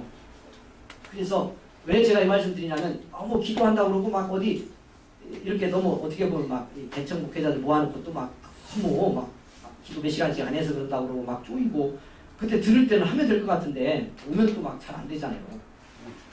예? 우울증 걸려요. 우선 그 사람이 몇 시간씩 얼마나 하는지 모르지만 그 사람은 몇 시간 무릎 꿇어도 괜찮아. 무릎팍이 있으니까 그러지 저는 그렇게 꿇으면 안 돼요. 어떤 때 들어넣어서 해야 돼. 아프고 그러니까. 이게 체질 때도 다르고 그러니까 기도하지 말라는 얘기 아니고 제일 중요한 기도하고 말씀에 있더라고. 이제 그런 얘기 좀 시간 되면 할 겁니다. 근데 중요하지만 너무 그렇게 있다가 자꾸 사람에 매이고 누군가에 대한 분노 같은 게 이게 이제 그러다 보면요 내 속에 정서적인 어떤 이게 불안함이 자꾸 생겨가지고요 이게 나를 자꾸 붙들어요. 한편에 근데 이렇게 하다가 어떻게 되냐면 잘못하면 이상하게 제가 밑에 그런 얘기 하는데 이게 성장이나 타락이나 이런 말을 썼는데 개척기 하다가 내가 영적으로도 건강한 어떤 신앙 말씀에 대해서도 정말 눈이 떠서 성장할 수도 있고요 아니면 타락할 수도 있다. 이 한계에 봉착했을 때 이걸 넘기 위해서 비진리적으로 또는 건강하지 않게 이걸 넘어서 보려고 하다가 성경을 잘못 볼 수도 있고 자꾸 어떤 잘못된 데 유혹을 받아가지고 그것에 매여서 자꾸 빠져가서 이단 아닌 반이단 비슷하게 돼가지고 이상해지는 역정도 얼마든지 있죠. 그러니까 그런 측면에서 자기를 건강하게 컨트롤하기 위해서는 나를 벗어나서 밖에서 좀 볼 수 있는 그런 자리가 저는 만들어져야 된다고 생각합니다. 그게 내 영성 자유를 유지하는 중요한 저는 비결이라고 생각하는데 저는 제일 중요한 게 거기 걸렸다고 봐요. 뒤에 얘기에 거의 시간이 어떻게 될지 모르겠는데요. 나를 내 밖에서 조금씩 볼 수 있는 그래도 완벽하진 않더라도 나를 내 밖에서 들여다보며 내 한계와 문제점들을 통찰할 수 있는 그런 자리가 저는 기존의 큰 교회 목사들에게는 필요 없어요. 그냥 가도 돼. 그런 영성의 어떤 자유의 자리, 깊은 자리 없어도 괜찮은데 교회 나가잖아요. 거기 기도하는 사람도 있고 조직도 돼 있고 막 다 은혜도 흐르 한쪽에. 그런데 개척교회 목회자는 이게 중요한. 그게 안 되면 어디로 잘못하면 빠질지 모를 유혹도 있고 자꾸 그 한계 속에서 변질될 위험성도 있기 때문에 여기서 이걸 돌파하고 살아가려면 그 자리를 확보하는 영적 시각을 갖는 것이 중요하다는 생각을 합니다. 이렇게 좀 돌파를 하면 좋겠다. 그런 거고요. 그리고 환경과 구조도 이제 변화를 이룰 때 결단을 해야 되는데 이것도 이제 어느 시점에서 결단하는 게 중요할 것 같아요. 자리를 옮겨보느냐 아니면 땅을 사냐 이런 일이 이제 생길 텐데 그런 결정을 할 때 지혜롭고 철저한 준비도 해야 되지만 어느 상황이 딱 되면 과감한 결단도 필요한 것 같아요. 우리 교회가 이제 개척하고 한 3년 이렇게 되니까요. 뭐 이제 그 안에 막 아이들도 두고 씨름하고 이렇게 했죠. 그래서 하여튼 3, 40명, 한 40명 이렇게 모였는데 정체감이 딱 오는데 1년이 지나도 한 사람도 교회 방문 안 하는 거예요. 그러니까 그런 시점이 딱 있더라고요. 참 이상해요. 왜 그런가 싶을 정도로 안 그래도 저도 지쳐가는데 등록은 안 하더라도 좀 왔다 갔다 하라도 하는 사람이 있으면 좋겠는데 아까 말씀드린 것처럼 지역 자체가 이렇게 좀 정체된 지역인데다가 그게 어떻게 보면 그게 제 한계에 봉착한 것일 수 있어요. 지금 돌아보면 제가 나름대로 제 한계에 딱 쓰니까 그 전까지는 그 똑같은 장소인데 사람들이 오고 이제는 그래도 한 30명이라도 됐는데 오히려 새로운 사람이 오면 2명, 3명 앉았을 때보다 훨씬 좋잖아요.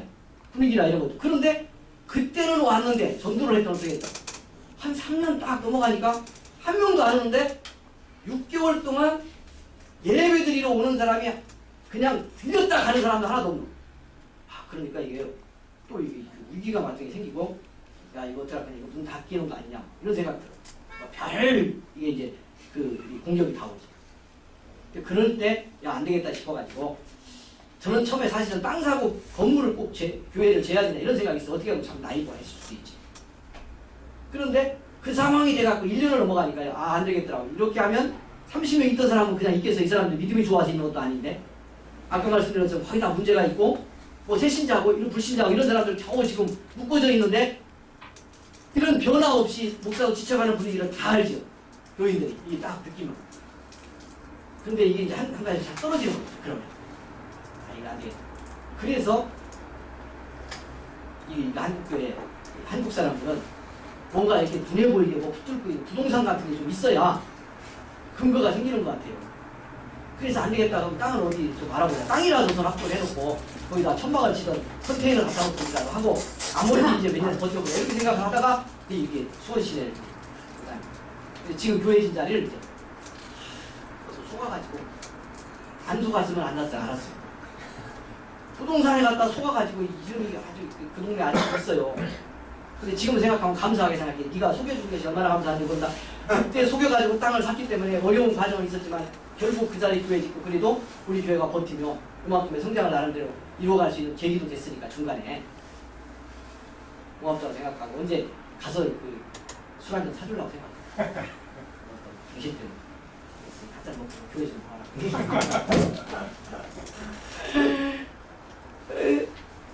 그래서 땅을 샀는데 소가 사가지고 이 녀석이 내년 봄이면 바로 집니다 목사님. 이거 걱정하지 마세요. 가보니까 땅을 또 밀어놨어. 밀어놓고 길만 나면 이제 지면 될 것 같아 제가 생각해도. 그 덥석 계약을 해놓는데 계약을 해놓고 이제 가서 시에 알아보고 법무사 알아보고 다 했더니 못 져요 목사님.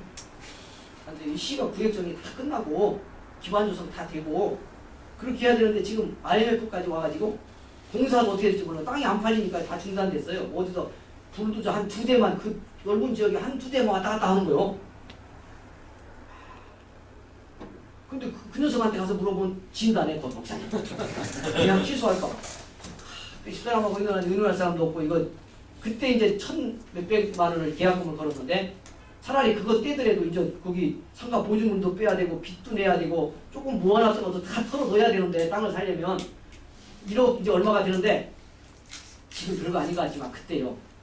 개척한 새신자 3, 40명 모였는데 그 빚 얻고 전세산 털어서 그거 하는데 이게 잘못되면 어떻게 되겠어요? 완전히 부도나잖아요. 안 그래도 지금 부도 직전입니다. 어떻게 할까 그랬더니 나는 그냥 또 그런 때요. 그냥 세상 말로 재수없는 일도 자꾸 생겨. 교인이 무슨 일이 생기고 빵꾸 안 나던 차도 뭐 거기 가가지고 바퀴가 찢어갖고 빵꾸라고 막 계속 그러네. 목사가 얼마나 믿음 없어지는지 그런 상황이 딱 되니까 야 계산을 딱 해보는 거예요. 재수없는 일이 딱 연결해보니까 몇 가지가 그거 계약하고 건물 못 진다는 거 확인하고 난 다음부터 안 좋은 일이 계속 연달아 생기는 거예요. 그럼 하나님이 이거 막으시는 거 아니냐 이런 생각도 들고 1,000만 원 차라리 떼고 이거 그래도 남은 거 살려서 어떻게 해봐야지 이거 안 되겠다 이런 생각이 물결처럼 들어오네. 집사람한테 이제 의논을 했더니 어떻게 하면 좋을까 이런 생각이 든다. 잘못하면 이거 중도금 내고 어떻게 하다 이거 잘못되면 큰일 나지 않냐. 우리 빚도 지금 묻어야 되는데 사람이 믿음이 더 좋더라고요. 그런 때는 너무 진지하게 생각 안 넣는 사람이 믿음이 더 좋을지 성령의 감동을 잘 받아. 저는 고심하면서 많이 따져보니까 성령이 감동 안 하고 자꾸 마귀가 감동 안 해요. 집사람은 조금 떨어져 보잖아요. 이게 사태는 심각하지만 떨어져 보니까 아 그래도 속았든 어쨌든 우리 지금까지 개척해서 이렇게 오고 지금 여기 기도하면서 교회 세워보려고 지금 땅 살려고 그러는 건데 하나님이 안 되게 하시겠냐. 되게 할 거니까 하고 기다려봅시다. 그래가지고 이렇게 2년 기다렸다가 건축허가가 나가지고 이제 교회를 쳤어요. 어쨌든 그런 결단을 중간에 하면서 그 교회가 또 다른 변화를 만드는데 과정이 만들어질 수 있다는 거죠. 그래서 이런 어떤 상황과 타이밍이 왔을 때 이걸 잘 결단하는, 무모하지 않지만 지혜롭지만 그러나 과감하게 하는 결단을 이때 잘 하는 걸 필요하다는 겁니다. 잘 보시면 좋겠습니다. 그 과정의 어떤 범위가 보여지면요. 그리고 이제 중요한 것이 이제 계속 저는 다른 어떤 유혹이나 뭐 사람들의 뭐 어디 성장했다 막 이런 얘기 자꾸 막 전설처럼 들리고 이럴 때 스트레스 오고 그러잖아요. 그럴 때마다 저를 자꾸 다잡아 간 것이 뭐냐면 그래도 교회는 교회다. 교회를 교회되게 해야지. 그렇다면 한 생명 한 영혼이다. 없기도 하고 뭐 많이 있으면 이런 얘기 안 했겠죠. 그런데 없으니까 보내졌으면 한 사람, 어린아이든 어른이든 누구든 한 사람 버리는 사람에 집중한다. 살리든 못 살리든 하나님 은혜 주시는 대로 내가 최선을 다해서 한 생명 살리자. 그리고 그 한 생명이 되면 된다. 이 믿음으로 저를 자꾸 무장했어요. 한 생명의 승부를 간다. 계속해서. 지금도 그런 마음이에요. 교인들에게도 전도 훈련도 시키고 뭐 전투청행사도 다 하지만 항상 할 때마다 한 생명이다. 우리 교회는 한 생명 집중해서 한 생명이 회복되고 한 가정이 회복되고 거기 변화가 일어나면 교회도 살고 그 생명을 통해 기뻐하는 하나님의 은혜도 우리 함께 누리니까 거기 집중하자. 그게 제 목회의 어떻게 보면 중요한 모토예요. 그래서 계속 그래서 불신자들 갔다가 가서 뭐 상처가 있던 어쨌든 또 다시 보내면 한 생명, 또 다시 전도하면 그 한 생명. 근데 그러다 보니까 제가 조금 성장을 했어요. 그 과정 속에서. 성경을 보는 눈도 달라지게 돼요. 아까 말씀드린 것처럼 제가 20대 중반부터 전도사로 설교를 그렇게 하고 공동교회 부목사 할 때도 설교할 기회가 많아서 저한테 부목사님도 하루에 2번 설교를 했어요. 주일 오후 밤 예배 설교를 저한테 맡겨서 주일 오후 3부 예배 설교, 밤 예배 설교 이렇게 제가 새벽은 뭐 당연히 그렇게 어떻게 보면 설교를 하고 말씀을 전할 기회를 많이 얻으면서 부교육자를 했는데 그럼에도 불구하고 개척교회 하면서 말씀을 보니까 이거 완전히 또 달라요. 그 한 생명의 초점을 맞추고 성경을 다시 보니까 말씀을 보는 눈이 바뀌더라고요. 근데 그게 바뀌니까 좀 파워가 생겼어요. 제가 다른 어떤 그런 막 프로그램이나 뭐 이런 거 막 하지 않고도 설교 중심으로 그리고 단순한 말씀을 내는 과정 몇 가지를 잘 정리해서 그걸 가르치는 것으로도 무슨 막 대학교회 이렇게는 아니지만 저희 200명 교회 사람들을 세우고 끊임없이 불신자를 계속 재생산하면서 교회를 이루어갈 수 있는데 이게 저는 굉장히 중요했다고 생각해요. 그런 측면에서 이 성경을 보는 그 말씀 훈련의 준비 저는 거의 몇 년 동안을요 지금도 거의 그렇게 하는데 강의 설교를 해요. 주일 오전까지 성경을 한 책 마태복음, 사도행전, 로마서 거의 다 떴어요. 이거 하나 정하면 1년, 2년 계속 그 성경을 처음부터 끝까지 다 읽으면서 해요. 마태복음 1장 1절에서부터 뭐 10절이면 10절까지 그 다음에 1절까지 이렇게 어떻게 보면 굉장히 지루할 것 같잖아요. 주일 오전에 이 설교를 하면. 근데 우리 교인들이 이걸 몇 년 딱 하다 보니까요 성경의 흐름을 따라가기 시작했어요. 어느 정도. 그러니까 다른 예화나 뭐 복잡한 얘기 안 해도 성경의 내용만 가지고 그냥 그 성경 마태복음의 이런 흐름이다라는 문제를 가지고 그 눈을 가지고 제가 본 마태복음의 흐름의 눈을 가지고 성경 강의를 쭉 이렇게 하는데 그 흐름의 교인들이 따라가기 시작하니까 저도 성경 준비가 훨씬 그렇게 편하고 교인들도 말씀을 들으면서 말씀이 이렇게 해서 그러니까 대부분 설교가 사실 이렇게 되기 쉽잖아요. 우리도 목회자지만 그 신학의 과정이나 목사로서 누구 설교 들었을 때 말씀 기억난 적 별로 있으세요? 본문의 내용이 기억난 적. 그 말씀이 그 말씀인데 이 말씀은 이런 능력이 있고 이렇게 살아야지. 이게 생각났어요? 거의 없어요. 그 사람이 했던 예화, 그 사람이 경험한 웃기는 얘기 이런 것 주로 그 교인들도 비슷하더라고 제가 보니까. 그래서 어느 순간 이제 제 경우에 예화 이런 거 그냥 뭐 웃기는 이런 거 예화 찾으려고 뭐 인터넷 뒤지고 책 뒤지는 거 딱 수습했어요. 제가. 그냥 성경의 본문 갖고 단순하게 이 말씀을 전하자. 처음엔 이게 굉장히 안 될 것 같았는데 이거 계속 하다 보니까요. 저도 말씀의 눈이 자꾸 새롭게 바뀌면서 말씀에 대한 어떤 간절함과 강력함이 생기고 교인을 또 그 흐름을 따라가면서 우리 교회 와서 말씀 전하는 목사님들 가끔 어떤 때 오는데 딱 한 가지 똑같이 하고 가는 공통점이 있어요. 설교를 듣는 태도가 다릅니다. 교인들이 보는 눈빛이. 처음부터 그런 건 아니거든요. 그렇게 계속 하다 보니까 어느 순간 그 말씀이 배워지고 그 흐름을 따라가면서 그 성도들이 말씀에 대한 집중도가 생기니까.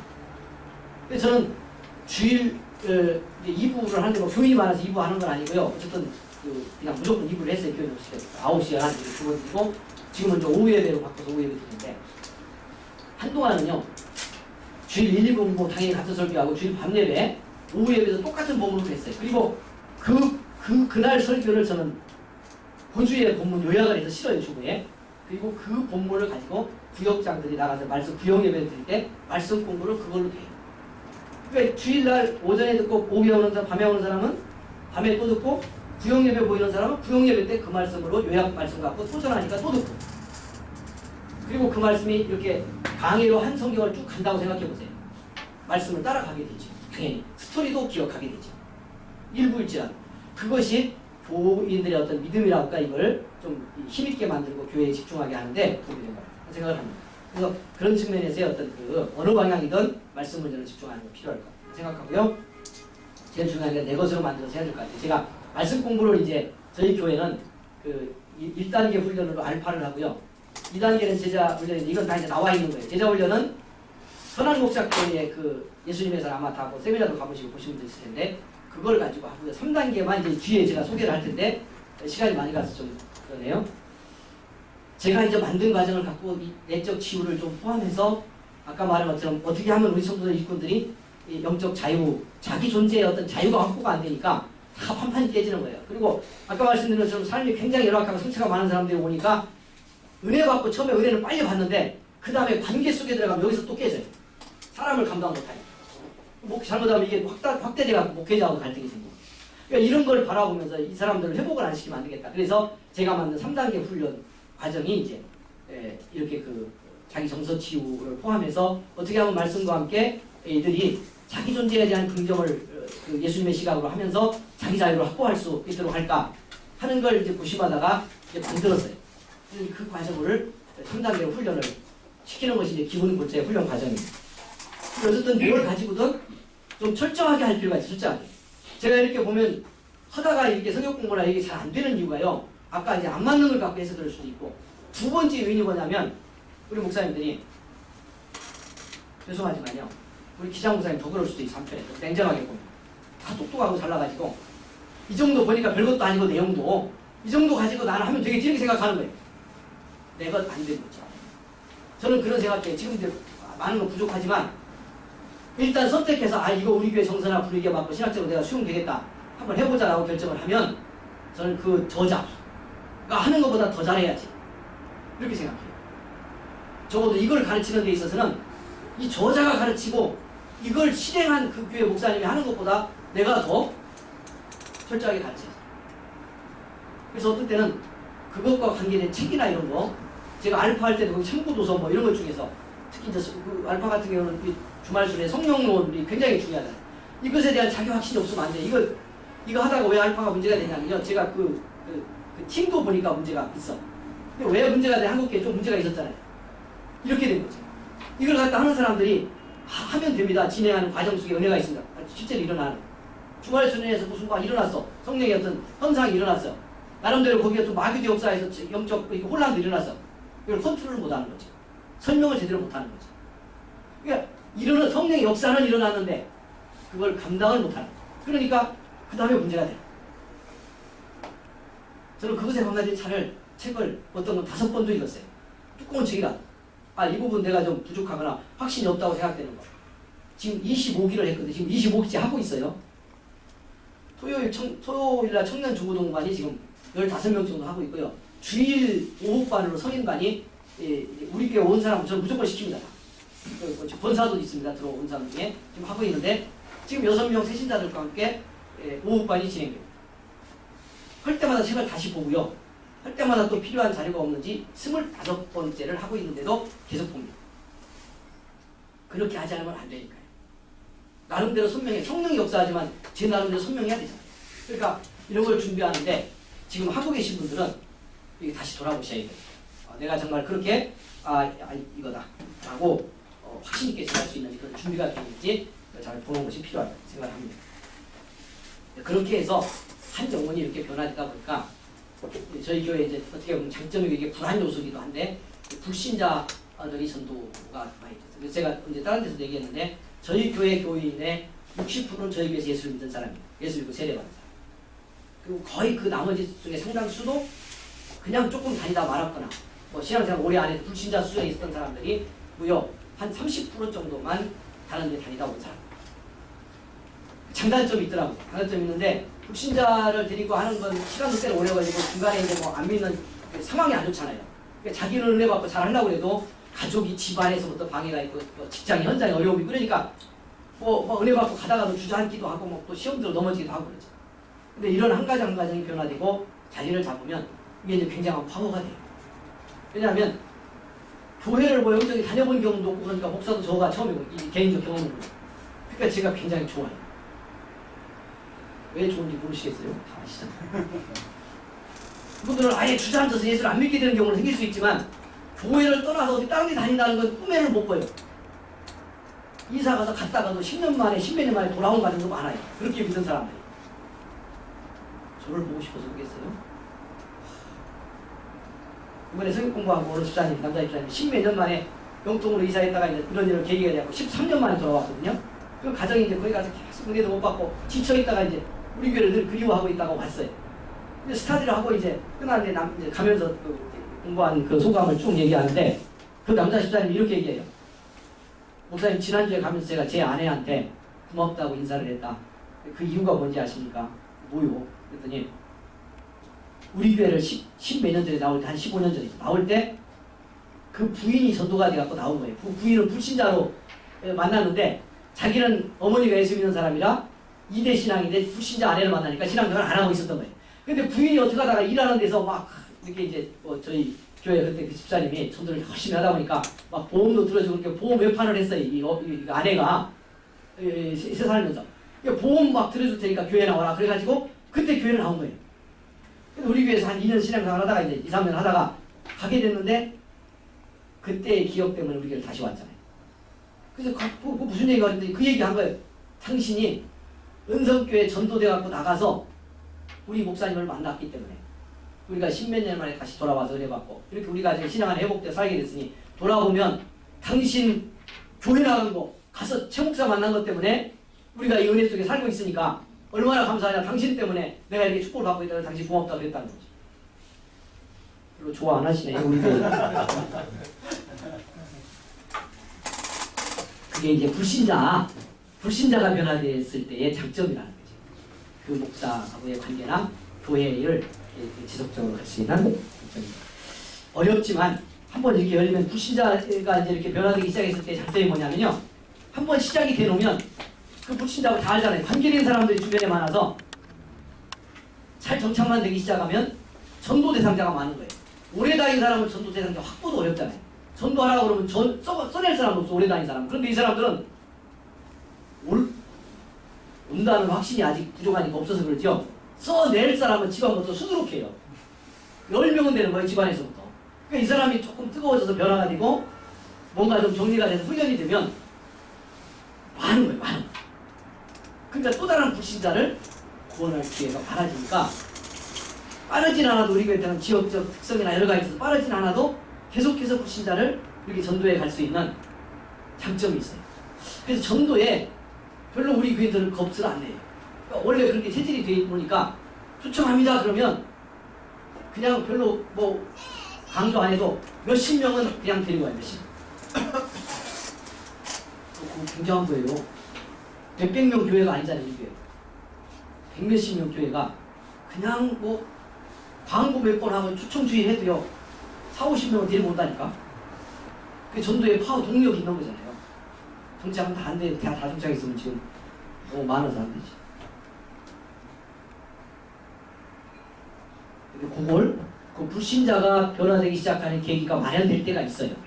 개척하고 가다 보면 누군가 은혜를 받던 치유가 되던 그때 딱 이렇게 한번 열려져서 그 흐름을 잘 타면 이렇게 이제 불신자를 전도 되고 이상하게 그러면요 목회자의 어떤 영적 정서나 분위기도 그렇게 형성돼서 그러는지 저희는 오래 다닌 사람 중에서도 뭐 이렇게 와서 또 오래 받았다고 말씀이 좋다고 그러면서 등록하는 사람도 있지만 불신자들이 더 잘 정착을 해요.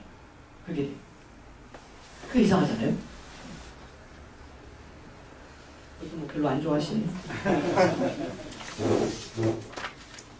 네, 혹시 말씀하실 거 질문하실 게 있어요. 시간이 많이 갔는데요. 그 뒷부분을 제가 조금 정말 나누고 싶었는데 그 얘기 조금 이제 해볼 텐데요. 그냥 제 얘기만 쭉 했으니까 혹시 말씀하실 거 있으면 잠깐 하고요. 저희 그 훈련을 통한 준비, 자기 치유와 회복의 훈련을 통한 준비를 네, 말씀하셨는데 어떻게 자기 치유와 회복을 건강하게 나와 있는 그런 훈련하는 팀들이나 그런 데를 통해도 좋겠고요. 저는 어디 가서 그렇게 배우고 전문적으로 한 적은 없어요. 이런 부분을. 뒤에 이제 그 개척자 영성을 깨우기 거기 조금 시간이 없어서 많이 못 하고 조금 할 텐데요. 없는데 이제 책도 제가 많이 보고요. 이제 아까 말씀드린 것처럼 이렇게 이제 상당히 삶의 문제가 험악한 분들을 만나고 하다 보니까 이제 고민도 하게 되고 그 전에 이제 개척하고 처음에는 그냥 말씀 전하고 뭐 기도하면 되는 줄 알았는데 아까 말씀드린 것처럼 이런 한계가 오면서 그걸로 안 되는구나. 왜 저 사람 저렇게 믿음 좀 구내받은 것처럼 충성하는 갔다가 저기서 깨질까?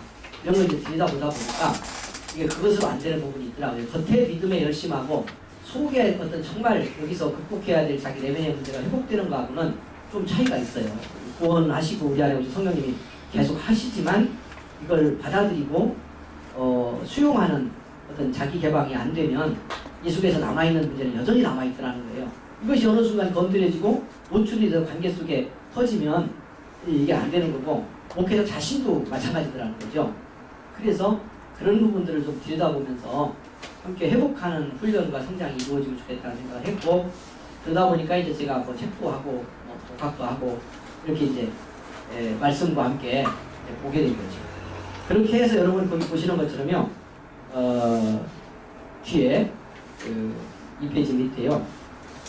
도제를 그렇게 만든 거예요. 이거는 일과만 제가 내용을 다 싣고요.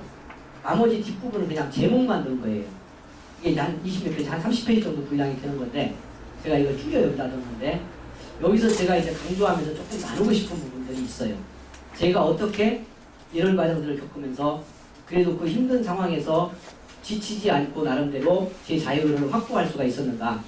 성경 해석도 이렇게 하면 좋겠더라 하는 것을 제가 공부하고 깨달음이라고 그럴까요? 나름대로 본 원리를 그냥 조금 나눠보고 싶습니다. 사실은 원래는 그 부분을 하려고 했어요. 앞부분은 다 여러분들이 경험도 하고 다른 부분 말씀 다 들었기 때문에 사실은 장기적으로 보면 이게 더 중요해요. 지금은 현실적으로 뭐 물질 문제 뭐 이런 거 다 중요하다고 여겨지지만 막상 교회 상황이 들어가 사람들과 씨름을 하기 시작하면 저는 이 뒷부분을 어떻게 감당하느냐가 이는 전 더 중요하다고 봐요. 결국 승부는 여기서 난다. 어떻게 목사가 개척 목회자가 그 힘들고 어려운 사람들과 부딪히면서도 상처를 받지 않고 또 최소화하고 빨리 회복하며 내가 확보한 그 자유의 영역을 가지고 또 다른 생명을 그 안에서 품어갈 수 있을까? 이게 되어야 개척교회 목회자는 결국 생명이 붙기도 하고 그렇게 보면 뭘 볼 수 있냐면요. 저는 이 측면 하나는 저는 분명히 얘기하고 싶어요. 앞에서 다른 각도로 말씀을 했겠지만 개척교회가 왜 안 되냐? 안 될 이유는 저는 없다고 생각합니다. 교회. 절대로 되는데 뭐 때문에 안 되냐? 지금 된다고 제가 믿는 이유는 이 시대 사람들이 이건 2000년 전에 베드로가 오순절 체험 후에 설교할 때나 예수님 당시나 오늘이나 저는 사람의 본질 속도 똑같다고 제가 다 그렇게 보잖아요. 그리고 어떻게 보면 이 시대 사람들이 훨씬 더 목마르고 갈증에 지쳐 있어요. 지금 어떻게 살아가야 될지 모르잖아요. 정말 마음과 영혼의 인도를 받기 원해요. 근데 우리가 그 복음에는 넘치는데 그 파워가 이걸 전달을 못하죠. 우리가 그 통로가 돼야 되는데 성장한 교회는 지금 많은 문제들이 물론 있지만 그 성장한 교회의 틀을 갖고 어느 정도 이게 통로가 돼서 사람들이 오기도 하고 뭐 그 안에서 다른 조직과 만남을 통해 이루어지는데 개척교회는 거의 이게 저쪽으로 개척교회 목사에 의해서 움직여요. 그러니까 목사가 이 통로가 돼서 이렇게 목마르고 지치고 갈망하는 어떻게 보면 죽어가고 있잖아요. 실제로 죽잖아요. 하루에 40명이 죽잖아요. 그것 때문에 가정 파괴되고요. 하루에 뭐 결혼하는 수보다 이제 이혼 수가 더 늘어난 거 이미 한개 넘어갔죠. 얼마나 이 시대 사람들이 목마르고 지쳐있냐고 보여줘요. 복음이 정말 필요하잖아요. 그러니까 복음 안에 그들을 회복시키고 치유하고 변화시킬 능력이 없어요? 있죠, 충분히. 어떻게 전달하느냐가 지금까지 교회가 했던 방식 갖고는 안 되는 거죠. 이미 한국 교회 그걸로 안 된다는 게 지금 증명되고 있잖아요.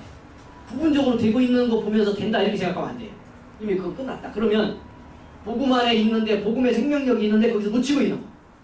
정말 이 복음의 생명력이 전달이 되면 증거가 되면 그들이 열광하고 그들이 그 배고픔과 목마름의 갈증을 극복하며 회복과 변화로 이끌어갈 수 있는 파워가 나타날 수도 있는데 이걸 우리가 갖고 있지 않죠. 줄 통로를 모르죠.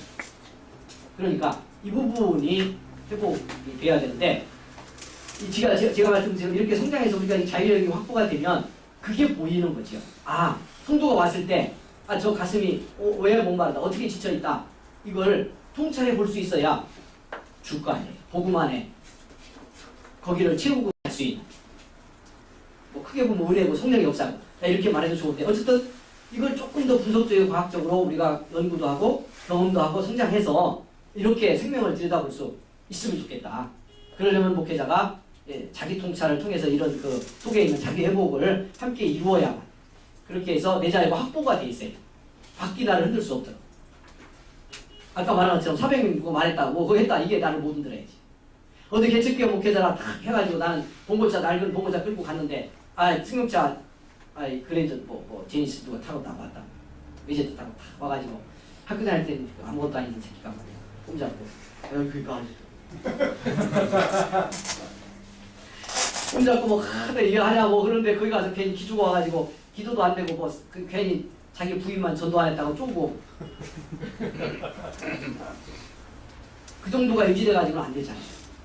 빨리빨리 그런 스트레스를 극복하고 나의 나됨을 유지하며 하늘과의 관계를 유지하고 영성의 자유를 확보해야 돼. 그런 것들이 나를 흔들 수 없게. 교인들이 어떤 상처를 줘도 그것에 매여갖고 한 달 주도 엎드려 있을 새가 없잖아요. 지쳐가지고. 빨리빨리 그것은 털어버리고 내게 확보된 자유와 영성을 가지고 또 다른 생명과 부딪혀서 변화를 만들어야 되니까 그렇게 하려면 어떻게 내 안에 이런 그 영성의 자유를 확보할 수 있겠냐. 이게 딱 되면요. 바뀌어요. 제가 후배들하고 몇 명하고 공부를 하고 있는데 한 1년 넘어서 후배들이 이게 조금씩 눈을 뜨면서 아 그렇게 되기 시작하니까 제가 편해졌어요. 그런 순간부터 교인을 바라보는 시각이 바뀌고 설교가 바뀌고 그리고 오는 사람들이 바뀌어요. 나를 바라보는 교인들의 시선이 초조해 있고 불안해 있고 그러다 보면 그거 부딪혀갖고 뭐하면 야단치게 일쓰고 이랬었는데 그러지 않는 목사의 변화를 견디는 거예요. 그리고 교인들도 이렇게 훈련시켜갖고 들여보내니까 빨리빨리 깨닫는 사람은요 아이들하고 씨름해서 확 지쳐있던 젊은 집사님들이 어느 순간 확 이게 눈이 뜨니까요 놔뒀더니 잘 되더라. 어떻게 해보려고 막 씨름하면서 지쳐서 애 스트레스 받고 막 근데 어느 날 이 말씀 공부 이 과정 훈련하다가 딱 집에 갔는데 엄마 우리 엄마 맞아? 그러는 거예요 애들이. 그것도 별로 안 좋으신가 보네요. 우리 교인 편에서는 안 좋죠. 엄마 맞아? 엄마 왜 그래? 그거는 뭐라고 잔소리 딜이하고 막 스트레스 받아갖고 나는 또 속상하고 울고 애한테 미안하고 이거 어느 순간 딱 놓기 시작하니까요 애가 어저께 뭐 송가대 세미나하고 가서 저녁 식사하는데 내 앞에 앉았길래 물어봐서 어떠냐고 그 뒤로 지금 몇 개월 지났는데 애들이 너무너무 달라졌어요. 애들이 달라지긴 네가 달라졌어. 그렇지. 네가 잃었던 자유를 네가 잃었던 은혜를 유지하게 되니까 가정이 되는 어떻게 이걸 확보할 거냐 중요한 생각하는데요. 몇 가지 제가 그래서 시간이 조금 남았으니까 한 10분만 이야기하고요. 한 10분에서는 안 되는데 1년 해도 될까 말까 했던 걸 10분에 하려고 해도 이상하네요. 근데 이렇게 중요한 몇 가지를 보려고 합니다. 그래서 제가 이제 이렇게 교인들하고도 이 과정을 2기를 마쳤고 이제 후배 몇 명하고 공부를 하면서 1년 넘은 이제 3월부터 다시 시작할 건데요. 제가 나름대로 이렇게 저렇게 독학도 하고 성경하고 실험도 하고 하면서 아하 그렇구나라고 생각하고 나름대로 정리를 한 게 그 뒷부분이에요. 그래서 이제 그 상한 사람들 내면 치유 뭐 이런 걸 조금 나름대로 제가 뭐 이것저것 주제갖고 좀 담기도 하고 제가 경험한 걸로 합니다. 그래서 이제 이런 과정을 만들었어요. 첫 번째 첫 챕터가 뭐냐면 나는 누구냐 이걸 확인시켜요. 내가 크리스찬으로 구원받은 성도로 교회로 내가 누구냐 확인하는데 하나님이 결정한 말씀과 가치를 따라서 내가 누군가를 분명하게 보게 한다. 다시 뒤집어 공부를 시키고요. 근데 왜 나는 그 나를 못 살까? 예수님이 나를 구원하고 너는 이런 존재라고 계속 말씀하는 거예요. 왜 그렇게 안 살아니까? 못 살게 하는 방해의 요인들이 뭐냐? 그걸 분석하는 게 두 번째 단계. 영적 방해에서부터 우리 내면의 어떤 쌓였던 상처나 어둠의 경험들에서부터 환경 속에서 오게 되는 방해. 아까 말한 것처럼 개척하다 돈 떨어지면 이게 방해잖아요. 이거 오면 눈에 떨어지고 내 존재에 대한 가치 확인 잘 안 되죠. 그러니까 이런 것들부터 이제 쭉 분석을 해 점검을 좀 하고요. 어떻게 극복할 거냐 이제 하는 얘기를 하는데 거기로 가서 조금만 보겠습니다.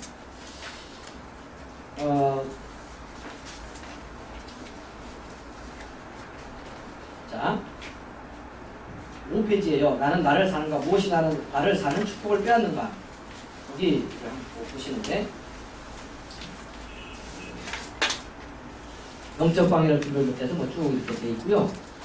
여기 이제 6페이지에 3 어떻게 회복할까 그러면 영적 공격을 물리치라 하는 게 첫 번째 하는 겁니다.